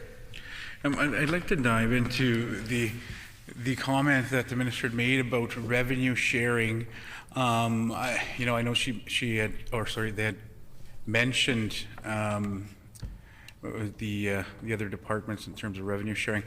So which departments are sharing revenues with Indigenous communities? And does that also include Manitoba Hydro? As you know, Manitoba Hydro has a big footprint within Indigenous territories. And are Indigenous communities benefiting from the millions of dollars of revenue that Hydro is generating each and every year? And if so, which communities? The Honourable Minister. Thank you. I can't speak to Manitoba Hydro, and I don't have that information with me, and that should come from that department. I only have this particular information from Natural Resource and Northern Development today, because I was invited to be at that revenue sharing, and I asked the minister as he was leaving proceedings today if he could give me some information, and he did leave me with some. And as of March 31st, the pilot revenue sharing agreements have been signed with Chimmewawan Cree Nation, Opaskwayak Cree Nation, Pine Creek Cree Nation, Moose Lake Cree Nation, Sepatuwea Cree Nation, and Wistasific Cree Nation is there today, and that's the list I've got. But as I said, there's many more, and I know that the minister is in conversation with these Cree Nations or Northern nations, and I think this is just a big win for everybody. The Honourable Critic. Thank you, Mr. Chair. I'm going to ask the minister if she thinks it's priority that Manitoba Hydro do enter into revenue sharing with Indigenous communities, because there is a huge footprint that Manitoba Hydro has within Indigenous traditional territories and right in communities themselves. And we know that this is a thorn sometimes in some First Nations, and I can speak to that as a former chief, former Grand Chief. And a lot of the times what we hear is that Manitoba Hydro is extracting or utilizing resources within their territories and not giving back enough to communities. And we know that sometimes creating these agreements can benefit the communities and have a ripple effect in terms of economic growth, prosperity, and overall wellness when it comes to revenue sharing, especially for a conglomerate like Manitoba Hydro. So I'm wondering if this is a priority for the minister and if she can commit to exploring this with her counterparts and in the Indigenous communities.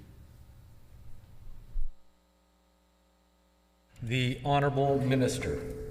Yes, thank you. And I think I've made it very clear that our government is working on revenue sharing commitments to First Nations for sure. As I've indicated, I don't have information on Manitoba Hydro. There's every opportunity. I can't speak on behalf of other departments. As I said, I've only got this information because I was invited to be there today, and I have not been in conversations directly with Manitoba Hydro Minister. And I strongly encourage you to pass those questions to them so that they can give you a clear indication of what their mandate is. As you can understand, you perhaps get frustrated that I can't answer questions that are related to other departments. However, Indigenous Reconciliation and Northern Relations is a relationship department. We foster relationships between First Nations, Métis, Inuit, between other departments with our government, other organizations. However, when it comes to specific questions about the department, I am not in a position to answer those questions. Would I be a part of those conversations? Yes, we work all across government. We try to work all across government. And if that discussion is brought forward, I would hope to be a part of it. The Honourable Critic. Thank you. The minister did seem happy to bolster the revenue sharing agreement when it comes to extractions of minerals. I just would assume she would be just as enthusiastic to foster that conversation within her government for Manitoba Hydro. But I didn't hear a yes from the minister, so I'm going to move on. I took that as a no. So on Monday, we were unable to get an answer to this question because the finance officer wasn't able to attend the meeting. So I'm going to take the opportunity again today to ask this question. So for the past 5 years, the Northern Healthy Food Initiative has been underspent. In 2019, 2017 was underspent by $624,000. 2017-18 underspent by $666,000. 18-19 underspent by $659,000. And mind you, this is pre-pandemic. 2019-20 underspent by $692,000. And in 2021, underspent by $244,000, for a total of $2.85 million in underspending within that program.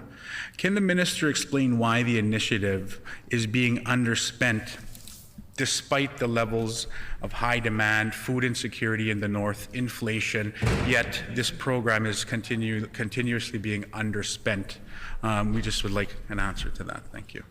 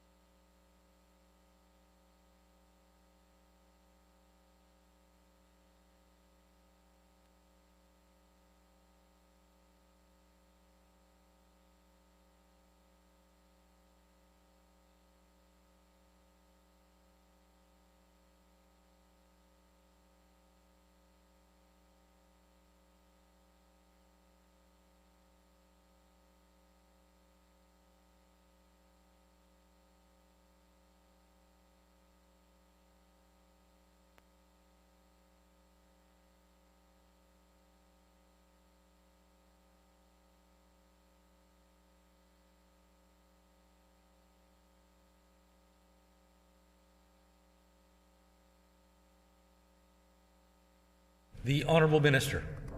Chair, I do have a printed response for the member opposite that I'd like to table from the previous question. Thank you.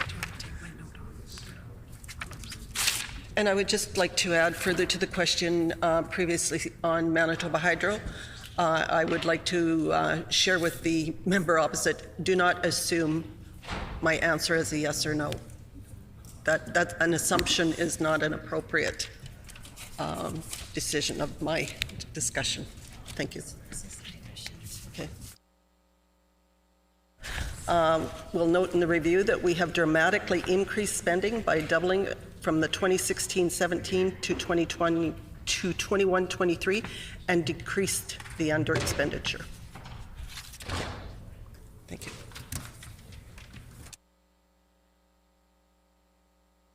The Honourable Critic. Thank you. We were talking a little bit about revenue sharing and with Indigenous communities, so I'm going to move on to a little bit of economic reconciliation here. Can the Minister tell us the difference between the economic reconciliation framework referenced on page 19 of the estimates book and the reconciliation strategy that her government is required to produce by law under the path of the Reconciliation Act?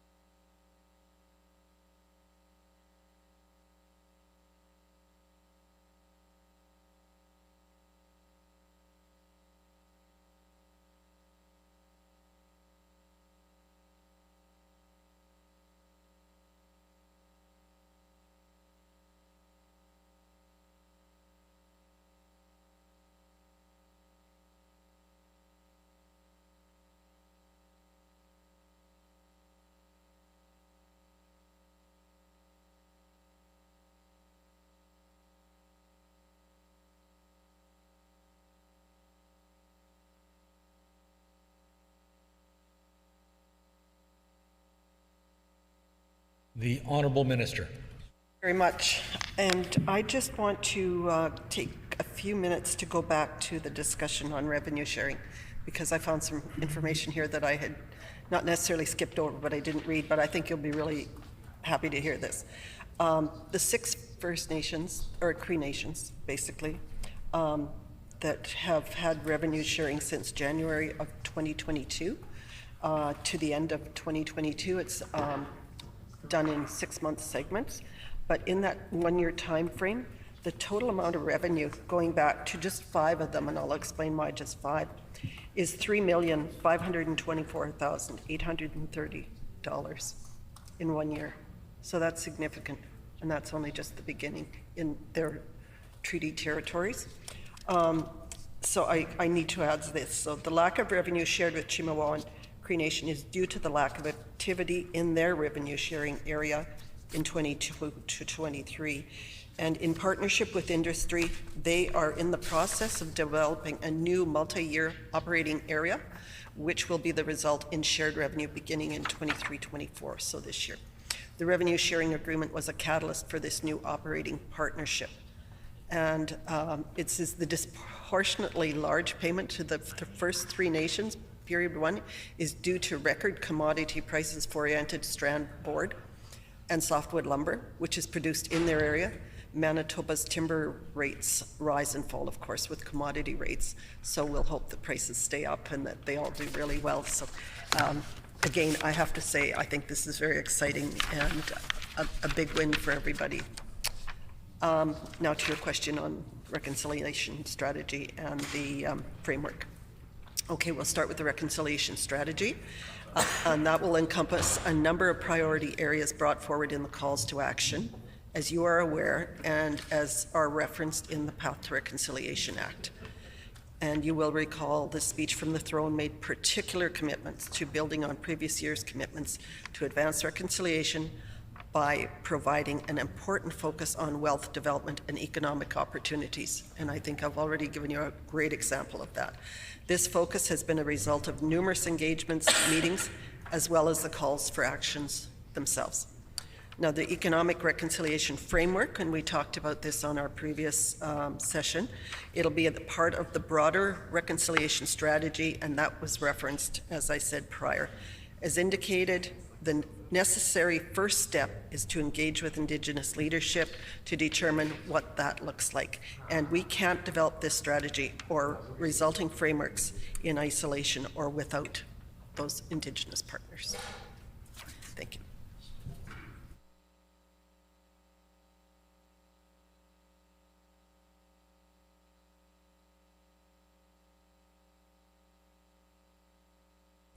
The Honourable Critic. Thank you, Mr. Chair. In this committee on Monday, the minister said that letters had been sent out to various First Nation organizations such as MKO, SEO, AMC, MMF, and MIA to begin engagement on reconciliation framework referenced on page 19. When I later asked for an update on the reconciliation strategy that this government is required required by law to produce, the minister referenced these same letters. Can the minister please confirm whether these letters were sent once or twice, and whether they were regarding the economic reconciliation framework or the reconciliation strategy?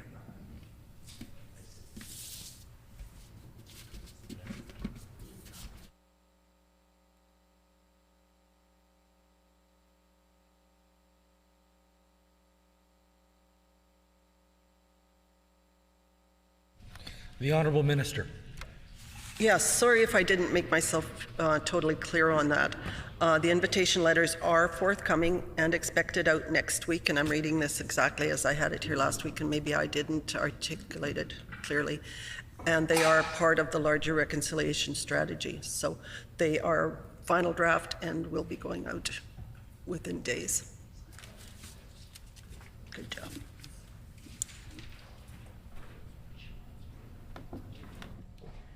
The Honourable Critic.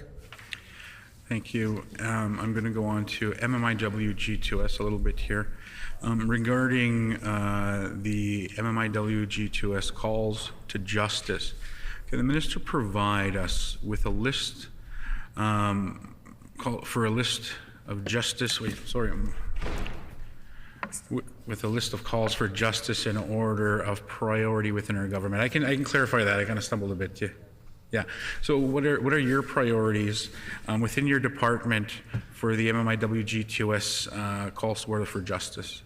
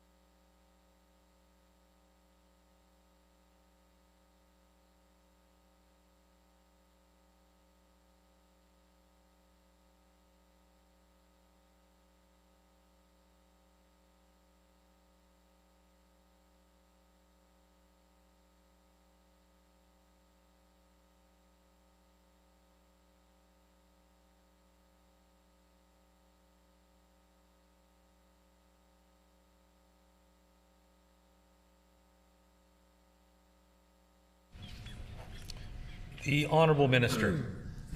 Thank you. I would like to point out to the member opposite that he emphasized what am I doing. I don't do anything on my own. I work as a team. I think my team knows that. I don't make the decisions, we make them collectively, and we also make them collectively as a government. And I certainly want to thank all of my colleagues in the various departments who we work collaboratively with to ensure that we cover all issues, not just with MMIWG, but all Indigenous issues. And responding to the issue of MMIWG and gender-based violence is a priority for our government. I want to make that very clear. We are also working with MMIWG 2SL Plus Implementation Committee to set those priorities, taking advice and guidance from them. And as mentioned prior, this group has representation from community and will form our government priorities where they would like us to go. And I think that's very important to remember. This is an Indigenous-led approach, and that's the way we feel is the right way to go. We continue to work with Indigenous partners and, most importantly, families and survivors to co-develop approaches. This approach has been developed and founded on the principles of reconciliation through listening to those that have been most impacted. And I have some additional information I'll also share. Manitoba is pursuing a wide variety of activities that align with the calls for justice and support efforts to end violence against Indigenous women and girls. Example of these activities from 2022 include continuing to provide core funding to Indigenous community-led organizations and leadership to deliver services to families and survivors affected by MMIWG. Organizations include AMC, SCO, MKO, Manitoba Inuit Association, Manitoba Moon Voices. These organizations provide direct or indirect support to families and survivors. Continuing to provide funding for support, healing, and commemorative events in honor of MMIWG victims, survivors, and loved ones. Organizations supported in 2022 include the Brandon Urban Aboriginal Peoples Council and Waysay Healing Center, amongst others. Invested funding supports into 10 Indigenous-led residential school healing centers across the province to support and promote healing and advance reconciliation. This contribution builds on the $200,000 investment previously made by the province in September 2021 to support programming and awareness for the National Day for Truth and Reconciliation. The new funding aligns with IRNR's mandate to engage with Indigenous communities and organizations and all Manitobans on a path to reconciliation. And we will continue to work actively with the federal government and other provinces as well and territories in relation to Canada's efforts to respond to these calls for justice. And we will continue to align our activities with the National Action Plan. The Honourable Critic. Thank you, Mr. Chair. I understand in that the response that the Minister's office is working with Indigenous organizations to address some of the calls to justice. I guess I wonder, is there an official working group that the government is working with to implement all 231 calls to justice that sit regularly and that advises the government on this matter? If no, then why?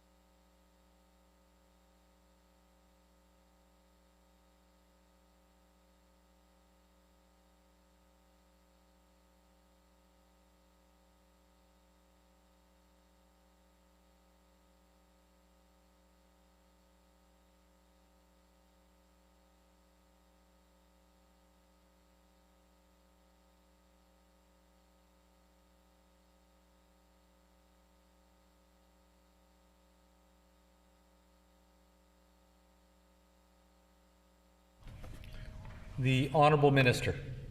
Thanks.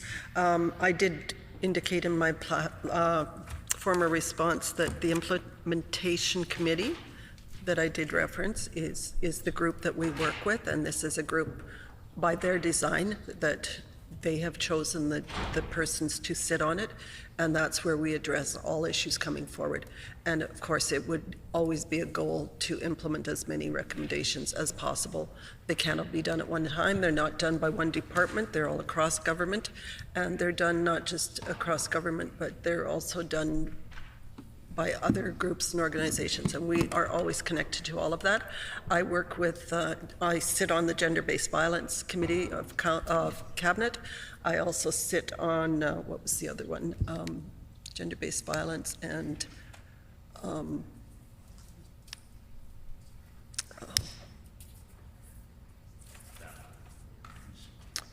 it leaves my mind right now.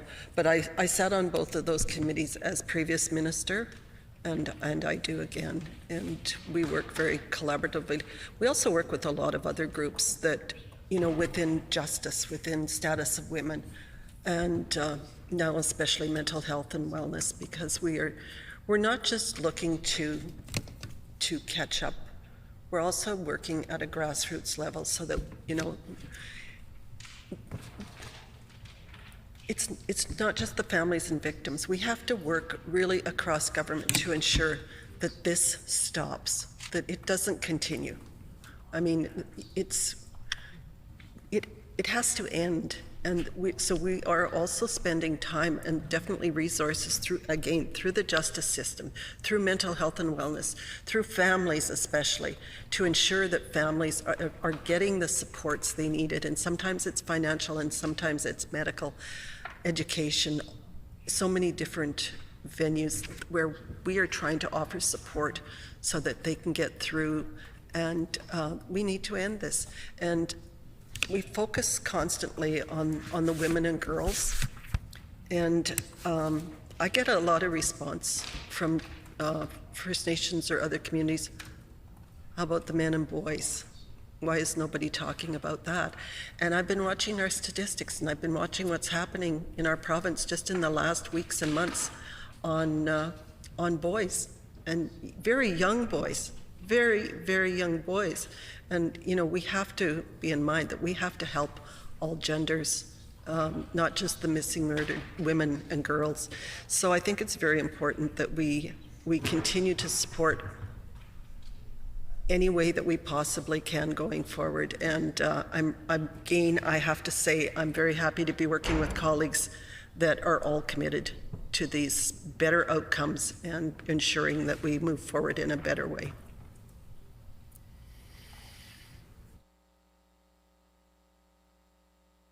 The Honourable Critic. Thank you, Mr. Chair. The Minister had indicated that there is a committee that is advising her, I believe, on the calls to justice. Am I correct?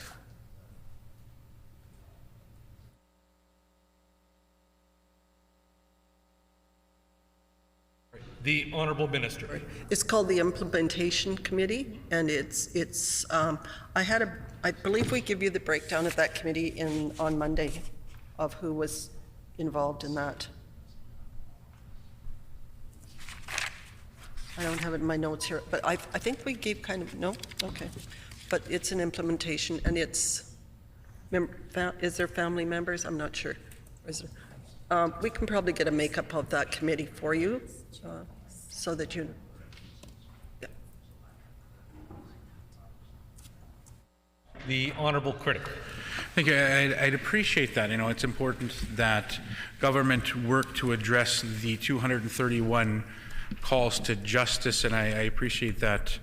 The list of who's on that committee and how they're appointed and the breakdown of that would really, I would appreciate that list. You know, again, the calls to justice are there. There's 231 of them. I don't think adding more red tape to implementing these calls to justice is necessary.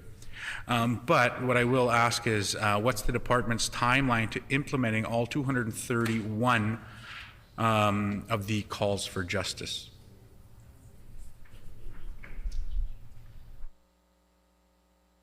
The Honourable Minister.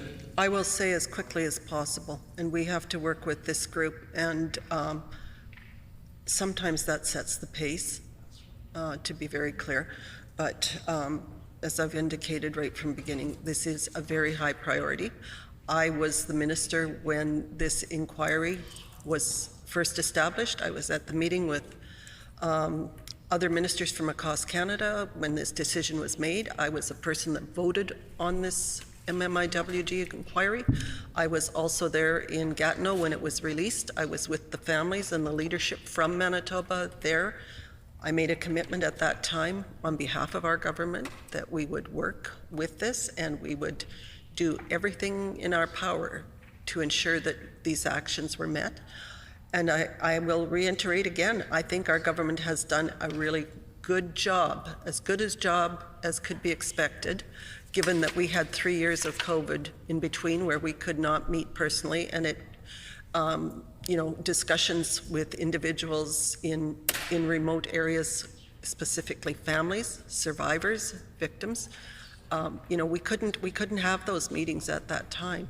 So it set us back. I think we are all aware of that. There's a lot that didn't happen, but that I think is indicated. And I have to say, coming back into the cabinet in 2022 and being reappointed to the Treasury Board, I was really, I'm not going to say impressed, but I was really, really happy to see the amount of funding that was going towards different avenues that would enhance the work that's being done. Because there has to be funding in order to bring people to meetings. There has to be funding and so much support services for anything that we do. When it comes to MMIWG, you know yourself, there has to be a support system. And it takes a lot of people, and it takes a lot of time. This is something we can't rush. We have to be respectful, and we have to be very aware that this pace is set by this implementation committee. We have to ensure that we are following their guidance. We have to do what is important to them, and we'll continue to do that. And I'll be honest, I have not been at an implementation meeting since I've returned, which is a very brief time that I've been back into this department. But I know the work that's being done, and I know the funding that's going to it, and it's significant. I will add that. Okay, I've got a bit more information here. Hopefully it's helpfully to you. Additional support has been provided to the Manitoba MMIWG2S Plus Partnership Implementation Plan. It's a grassroots, Indigenous-led program that will implement the calls for justice in a culturally relevant way. The program will be led by traditional Indigenous matriarchal governing body comprised of knowledge keepers, elders, MMIWG2S, and family members, survivors, and Indigenous experts, also including Poverty Reduction and Economic Development Board. Both programs represent a whole of Manitoba approach based on partnerships, co-development, and collaboration, and emphasize a foundational principle of reconciliation and nothing about us without us. It also says there's family, Mamawi, I can't read this. That's Tungasi, 2S People of Manitoba, the PAW Family Resource Center, SCO, MKO, MMF, Infinity, and Infinity, oh my gosh. My mouth is not still frozen.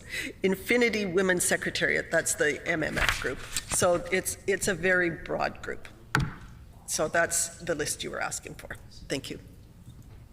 Thank you. The Honourable Critic.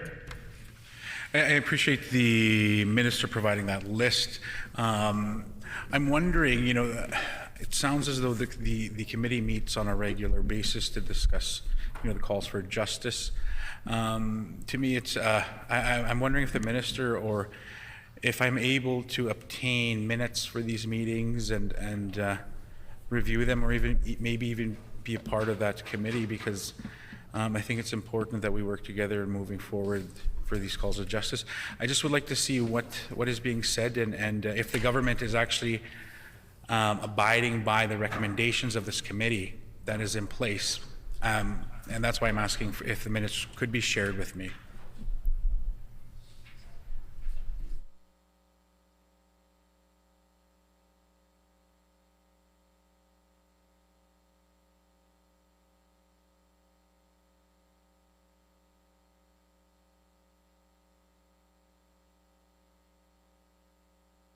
The Honourable Minister. Thank you. Sandra Delarond is the chair of that committee, and we would have to speak to her in regards to how much information they'd be prepared to share.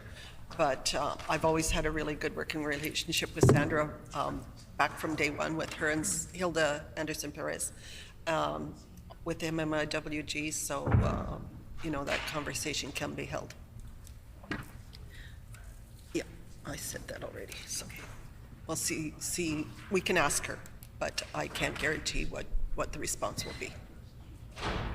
I will also add to the member opposite, I've opened my door. I've made it very clear that I'm willing and prepared to meet anytime on any issue that he might bring forward, and I would be that offer's always open.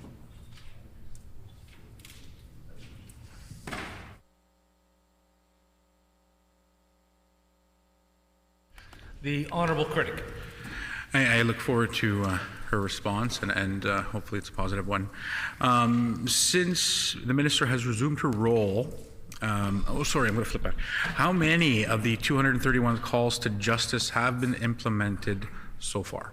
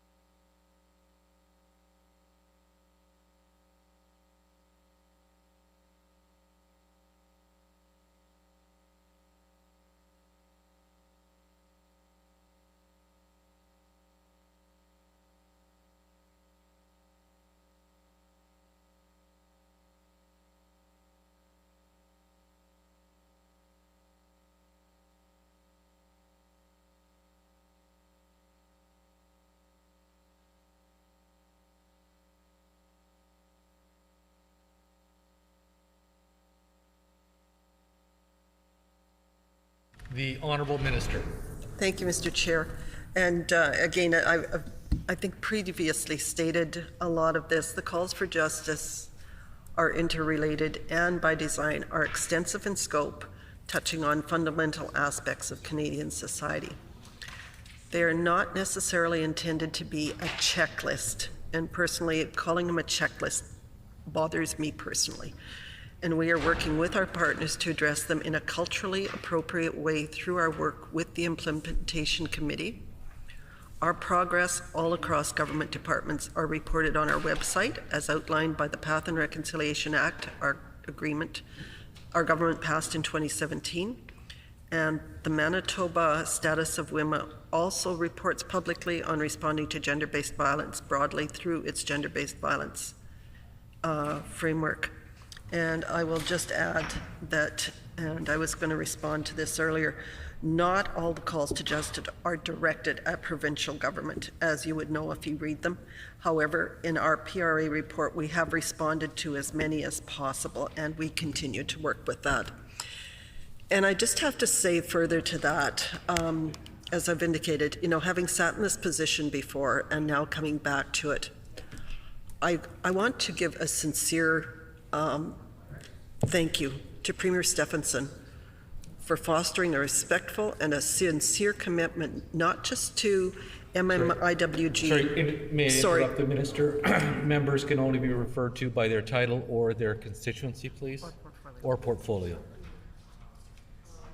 For commitment to all aspects for Indigenous people of Manitoba, specifically to Indigenous leadership, to work together and to ensure that their communities and their families have a voice in this government with successful outcomes. And that is not just for MMIWG, it's, as you've seen, it's for economic development and so many other aspects. When I say that this is a committed government, I mean that with most sincerity. Thank you. The Honourable Critic. I'm going to give a few minutes to the member of St. Boniface an opportunity to ask a few questions to the Minister.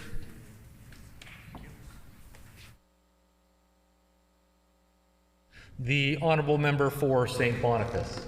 Thank you. Yeah, my question's about the issue of withholding payments or the issue of special children's allowances that were withheld by the province of Manitoba for a number of years, and then in the 2020 budget, the part of that bill was to withhold that, to continue to withhold that money and to cancel all the and bar any future legal action, though it didn't work. Can the minister just explain why she voted for that legislation, which violated the human rights of First Nations children?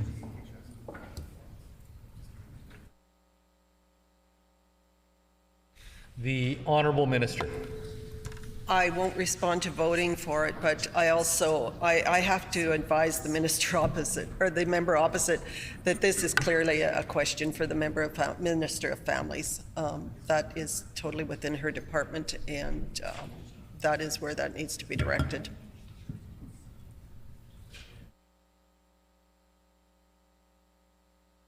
The Honourable Member for St. Boniface.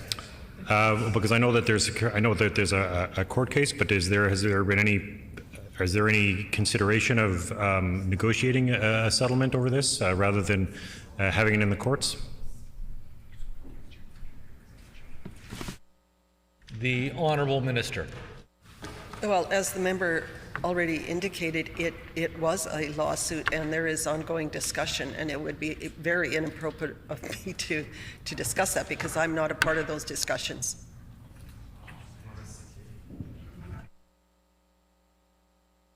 The Honourable Member for St. Boniface. Just on the question of Lake St. Martin, the Lake St. Martin outlet, I know that there have been many delays and issues with Section 35 consultation for Indigenous communities. There haven't been any public hearings on it. Has there been any expression to the minister as far as Indigenous and First Nations groups having public hearings about, which is a $600 million project, which is going to have a major impact on the environment in the Interlake and on First Nations communities. Has there been any discussion of having public hearings on that, or has the minister heard of that? The Honourable Minister. Thank you. I am not a part of, directly a part of those discussions. Of course, that's under Minister of Transportation. And although I was with meetings with First Nations affected by that Interlake Tribal Council, for instance, in my previous position as Minister of Indigenous, since I've been reappointed, I have had meetings with those same chiefs, and they have not even brought that issue up at all. So they obviously are relatively satisfied with the process that's going forward and their relationship with the Minister of Transportation.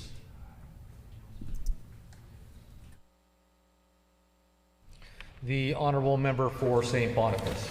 Just a question about hydro-affected communities in the north. I know that there have been, I recently received an email from a representative south of the Indian Lake, which is one of many communities that have had a really devastating damage as a result of hydro construction, altering the flow of rivers, lakes, that sort of wiped out their ability to even sustain and feed themselves because of the destruction of fisheries. Has there been any, has the minister been involved in any discussions with hydro or and Indigenous communities or First Nations communities about reparations or about compensation for the damage that, that took place? The Honourable Minister. Thank you, and I don't want to be disrespectful or put the member from St. Boniface off. Indigenous Reconciliation and Northern Relations is a department within this government based on relationships. When I first was appointed to this position in 2016, I had a lot of work to do building relationships with all other departments, building relationships with Indigenous leadership, Indigenous communities on various issues at that time. And at that time, I was almost always included in any of those discussions, which was great, and it provided me a lot of knowledge, especially learning at that time and point.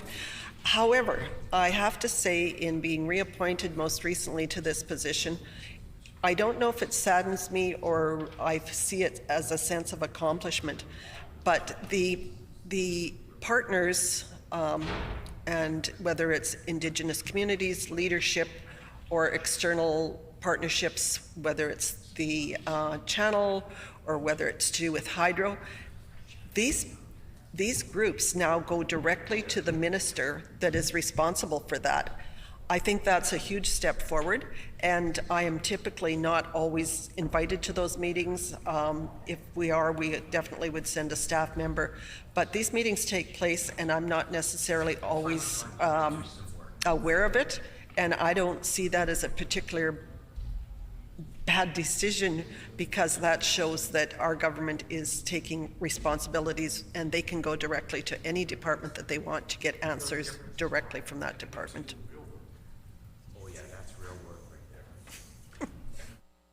Member for St. Boniface. Yeah, just one more question, then I'll pass it back to the member for Thompson. The annual report from 2021 shows that the Northern Healthy Foods Initiative was underspent by $244,000, or a 25% reduction of the budget for the program. Can the minister explain that reduction and why there was no increase to the Northern Healthy Food Initiative in the estimates for 2022 to 2023? Monday asked me the Honourable Minister. The Minister has the floor. She's so eager to answer. I am. Okay. The Minister has the floor. Thank you. Thank you. We just provided a copy of that information to the Honourable Critic, and we'll see to it that you get a copy of that as well. Thank you. The member for Thompson. Thank you, Mr. Acting Chair, I think. So I'm going to move on to a little bit more on reconciliation, the reconciliation strategy, and why has it taken so long to begin engagement with Indigenous communities on the reconciliation strategy that this department is required by law to develop. Now, I know, I was a chief during, the worst pandemic in history, yet we were still able to engage with government federally and in other levels. And so I think this is an important question. Why has it taken so long? And, COVID shouldn't have hindered that, because we've seen progress in other departments moving forward. So, yeah, that's the question.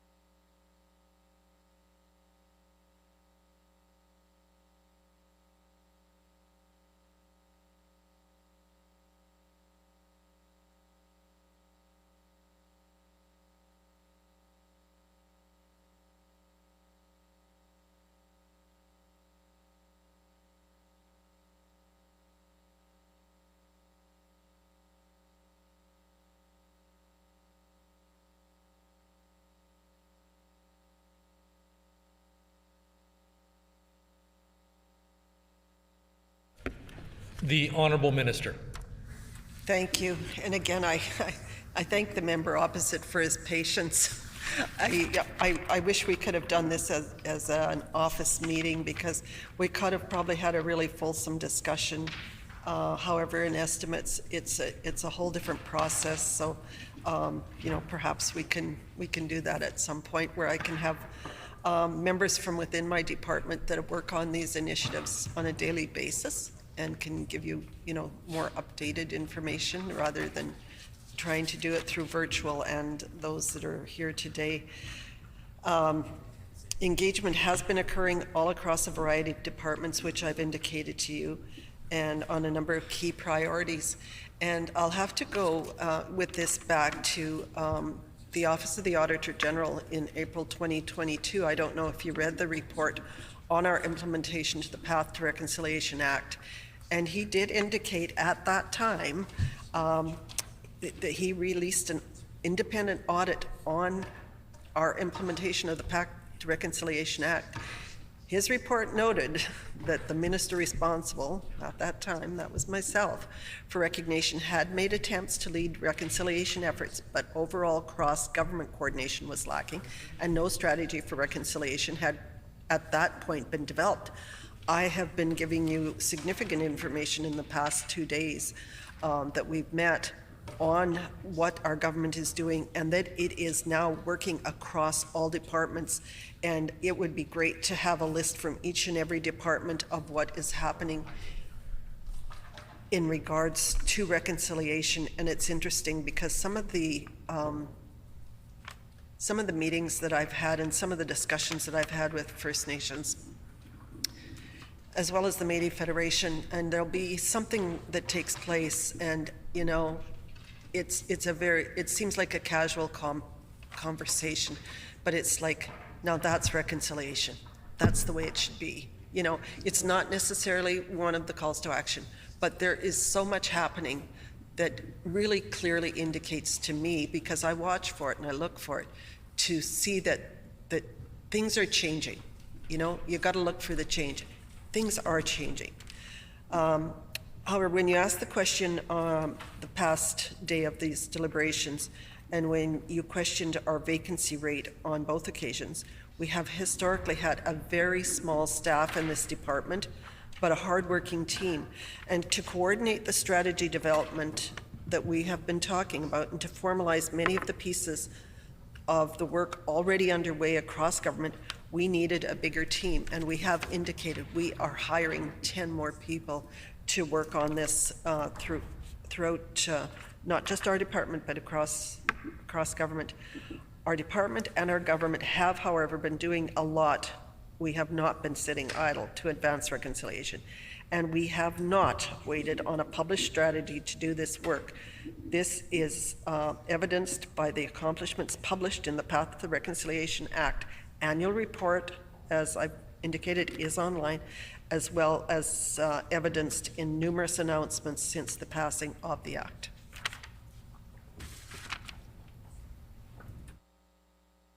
The Honourable Critic.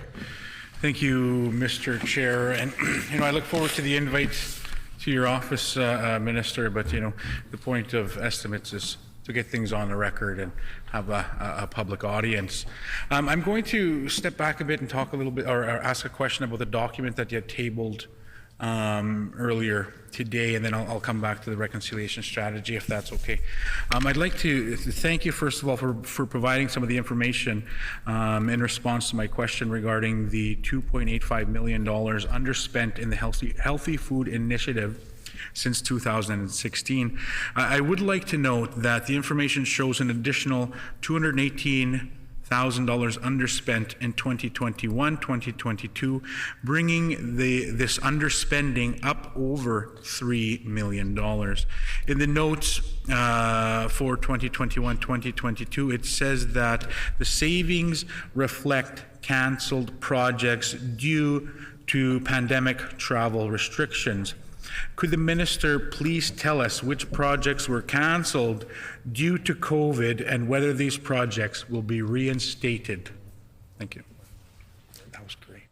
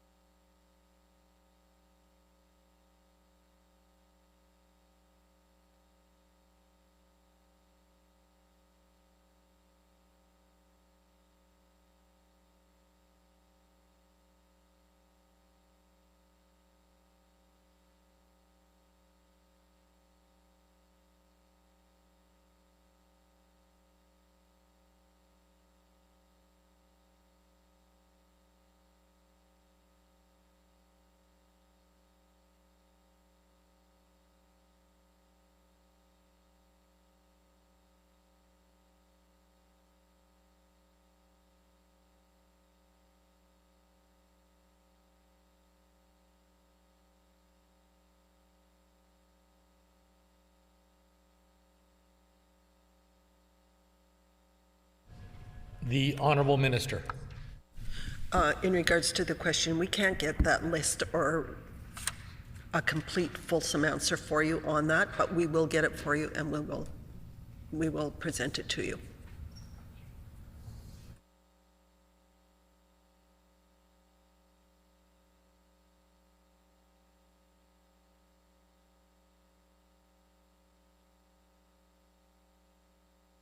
The Honourable Critic. Thank you. I'm glad the minister is taking that under advisement. I'm going to go back to a little bit on the reconciliation strategy. Is there a timeline for the development and implementation of the reconciliation strategy?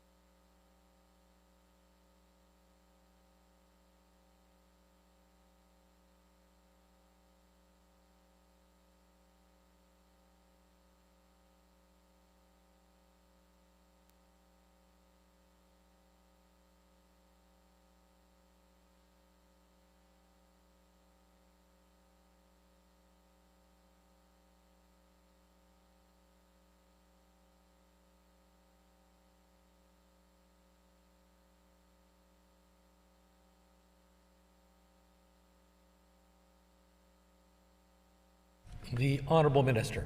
Thank you. I would like to just clarify that as a government, as a department, we are not waiting for the strategy to begin implementation based on the calls to action. However, the timeline on the release of a formal plan will be dependent on a number of factors, including co-development of an agreed-upon process for engagement through upcoming discussions with the Indigenous leaders.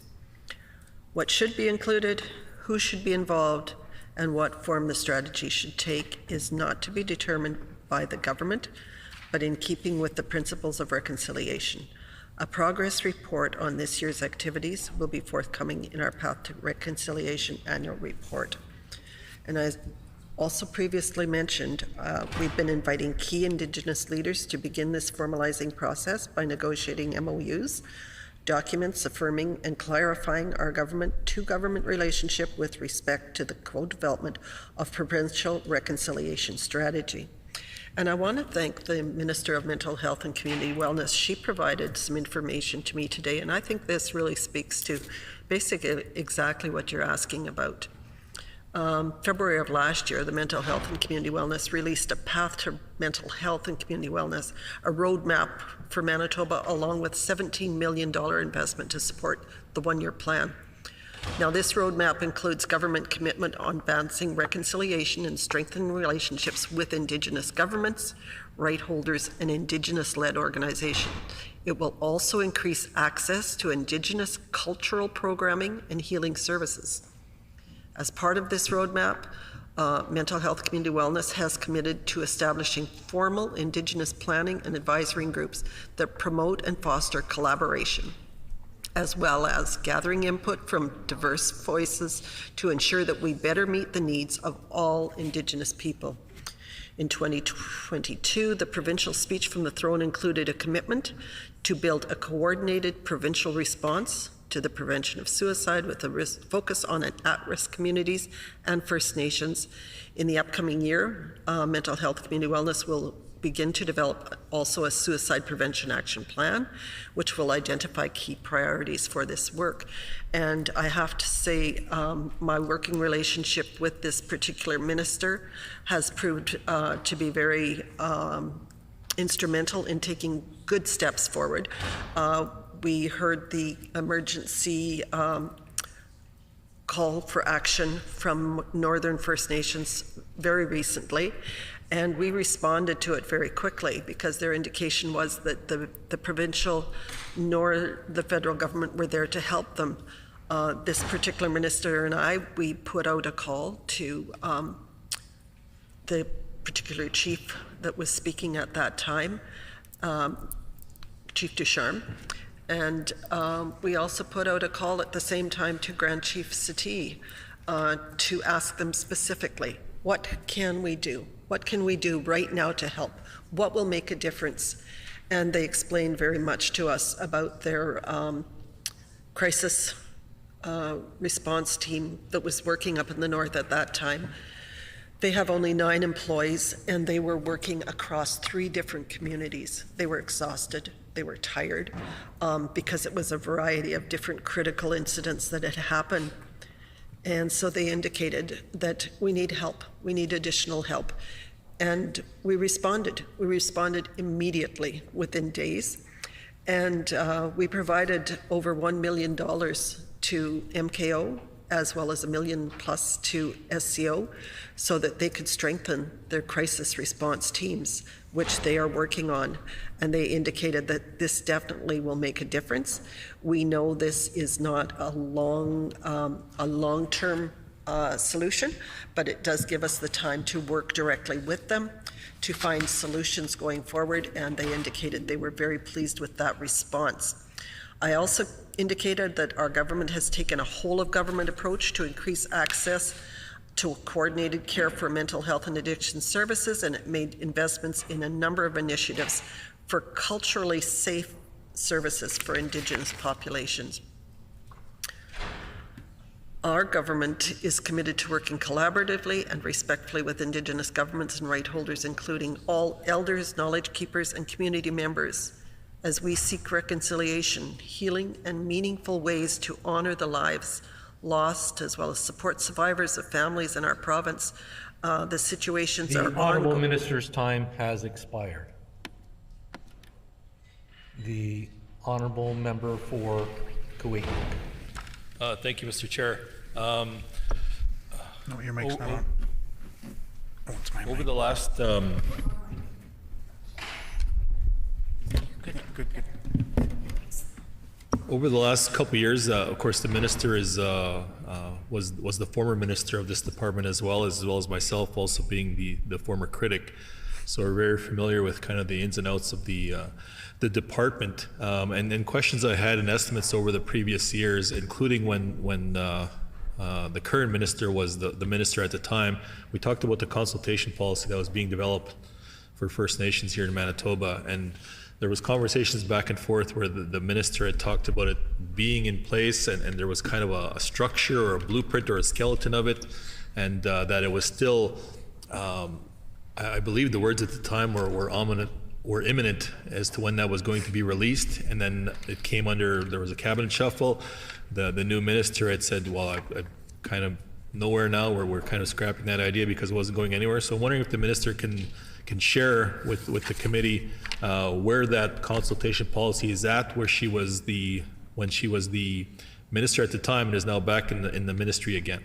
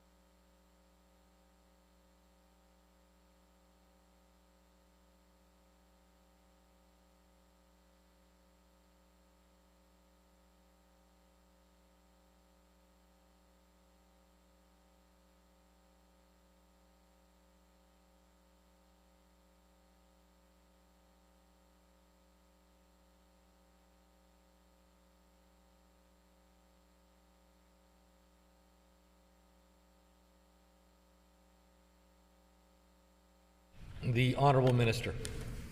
Thank you, and I appreciate the question from the member opposite. We have the Department of IRNR has finalized a new framework for respectful and productive consultations with Indigenous communities, and we are seeking cabinet approval, and that is expected to go forward very shortly. Happy to say that, and once it's approved, this framework will replace the 2009 interim provincial policy and Crown consultations with First Nations, Métis communities, and other Aboriginal communities. And I think, as we've acknowledged before, that we are committed to working with Indigenous people to advance shared goals and promote truth and reconciliation. And I have to say, I realize you weren't here for some of the previous discussion, but a lot of what's happening right now clearly indicates that consultation is taking place. Some good steps are coming forward out of that, even without this having the final, approval. Just knowing that it is already taking place is really good, but we've got to have that structure of the same consultation process for everything across government, which is, I look forward to getting that done. Facilitating respectful and productive consultations and listening to the concerns of Indigenous people across our province is an important step forward towards reconciliation. And again, I have to emphasize, this is happening in a very, very good way. Our department, in collaboration with other government departments and through engagement with the Indigenous communities and proponents of natural resource development, has finalized a renewed framework for respectful and productive Crown consultations with the communities. And just list a couple of the objectives of the framework so you have an idea of where it's going. Number one, to meet the Manitoba's legal obligation under Section 35 of the Constitution Act. Also to demonstrate a coordinated whole of government approach to consultation, which is happening. Ensure consultation processes that avoid duplication of efforts and advancement of reconciliation with Indigenous communities. And over the past year, there has been a lot of engagement with First Nation leaders on this draft. They have been a part of it, helping to get it to what they feel is respectful to their needs going forward on a renewed framework. And we welcome proposals to work together on a renewed approach to the Crown's duty to consult and accommodate with Indigenous communities. I'll leave it at that.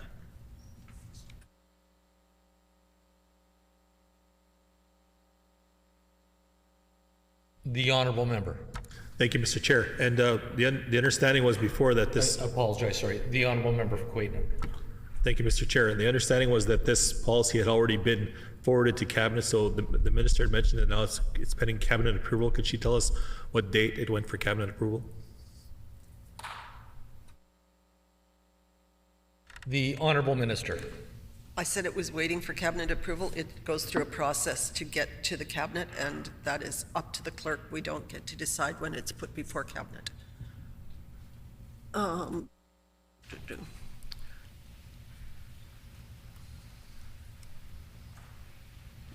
Yeah, it's the process is going forward to Cabinet.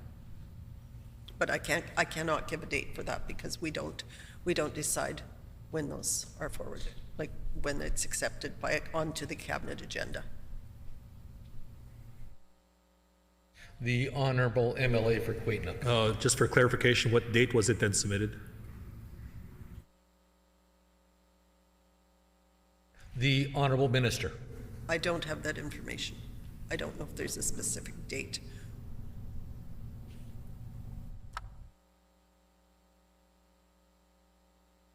The honourable MLA for Quaitnook. So just to clarify, then the minister's department who's responsible for developing this consultation policy is not aware of what date it was submitted, or what date it was completed?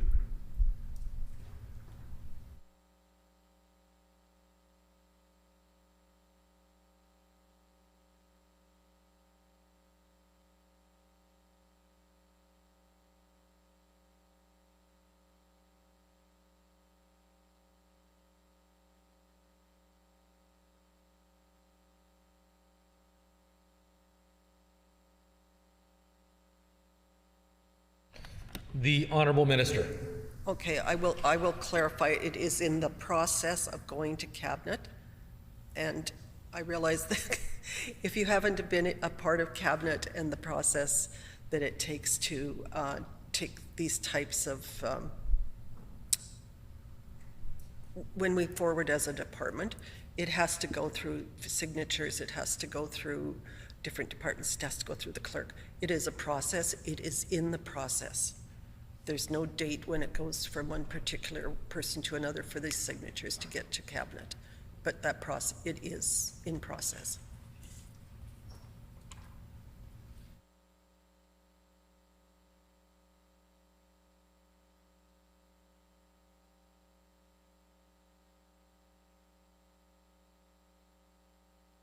The honourable critic.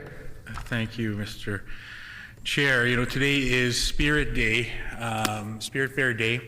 I was hoping to see a statement on it from the minister in the chambers today, but didn't happen. You know, Spirit Day, which is an important date in the history of the Jordan's Principle program and at the Canadian Human Rights Tribunal. What involvement has the minister had with the Jordan's Principle program to date? And how is the minister working to uphold Jordan's Principle in her work with this department? The Honourable Minister. Very happy to talk about Jordan's Principle. I've been to quite a few different discussion groups with Jordan's Principle. I've also visited, I think, no less than 10 First Nations to visit their program and what they're offering. The Minister for Families did put forward a statement for Spirit Bear today. I think it goes without saying. I mean, the member opposite knows that I'm very committed to, it's not, whether it's Jordan's Principle or any of the other topics that we have discussed, I think he clearly understands my commitment to the Indigenous people of this province and anything that relates to their well-being, to their culture, to their ceremony. I take it all very, very seriously. And I have to say, because we're running out of time once again, but I have to take this opportunity, and I thank both critics here, past and present. You know, we don't get a lot of time in question period, unfortunately. Maybe that's good. But I want to thank you for your respectful dialogue throughout. And I also want to indicate that today is National Indigenous or Nurses Day. Although Nurses Week is all week, but today is National Nurses Day. I also want to indicate that we have several teams from across Canada for the National Indigenous Hockey Games this week, at which I attended not last evening, the evening before. And I did, in my comments, I spoke to reconciliation. I also spoke to the residential school survivors and children from the past. So this is not something that I take lightly. Any of these items that you've brought forward, I take it all very seriously. I take this forward to my colleagues on a daily basis. We have these discussions. And I have to say, with the most humble pride, that we have come a long ways from where we were in 2016. There's a long ways to go, but I'm also very confident in my colleagues for the future that they will respectfully take all these considerations forward, and they will continue. The relationships between my colleagues and First Nations, Métis, and Inuit people is respectful, and I have great admiration for the people that I have met along this journey, and I could not be more grateful for the experience that I've had. And I thank all of you for that. Are there any, the Honourable Critic? Oh, sorry. Being mindful of time, I have no question. No more questions. No further questions.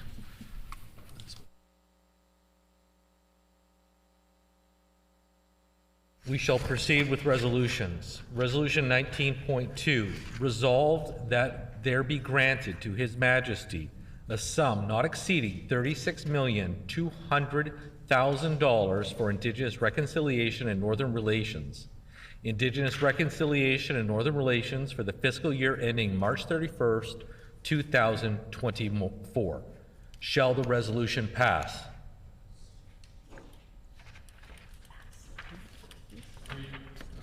The resolution is accordingly passed.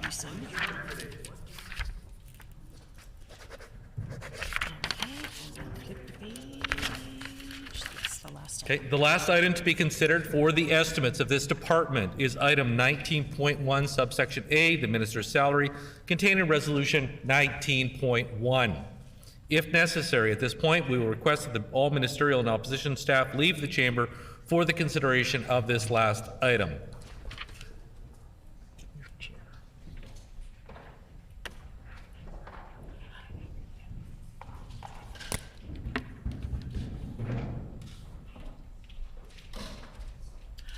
Madam Minister, we need you still.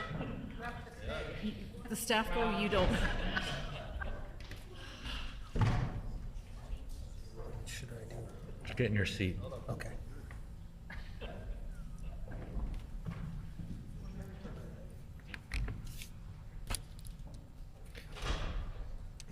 So the floor is now open for questions. The Honorable Critic. I move that line item 19.1A be amended so that the Minister of Indigenous Reconciliation and Northern Relations salary be reduced to $21,000. Could be your legacy, Eileen. Could be your legacy.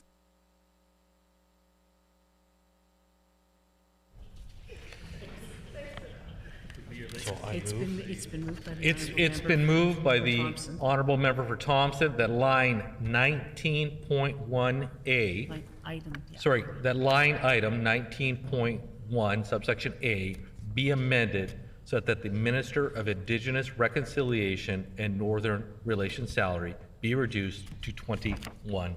The motion's in order. The motion's in order. It's debatable. Any debate? It's debatable. Is there any debate on the motion? Committee. Oh, we've got debate. He He has to be in his seat. The honourable member is not in his chair.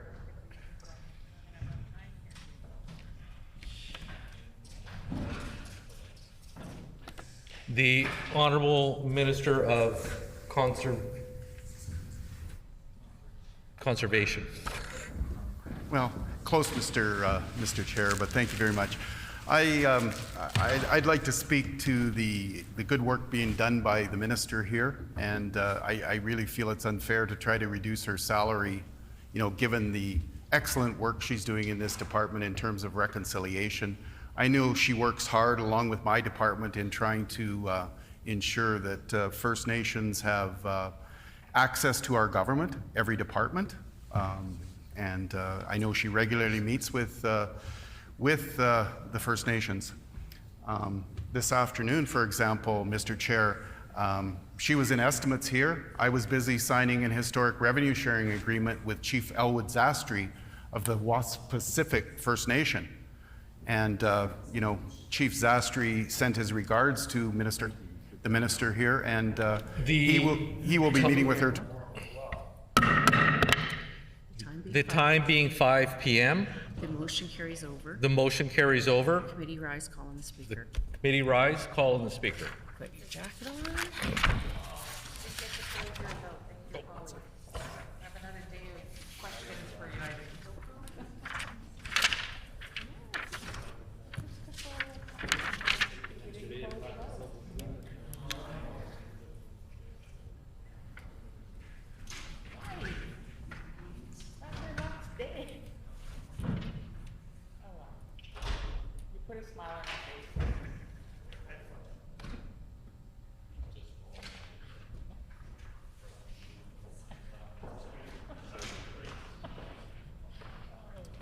The time being 5 p.m., the House is adjourned and stands adjourned until 10 a.m. tomorrow morning.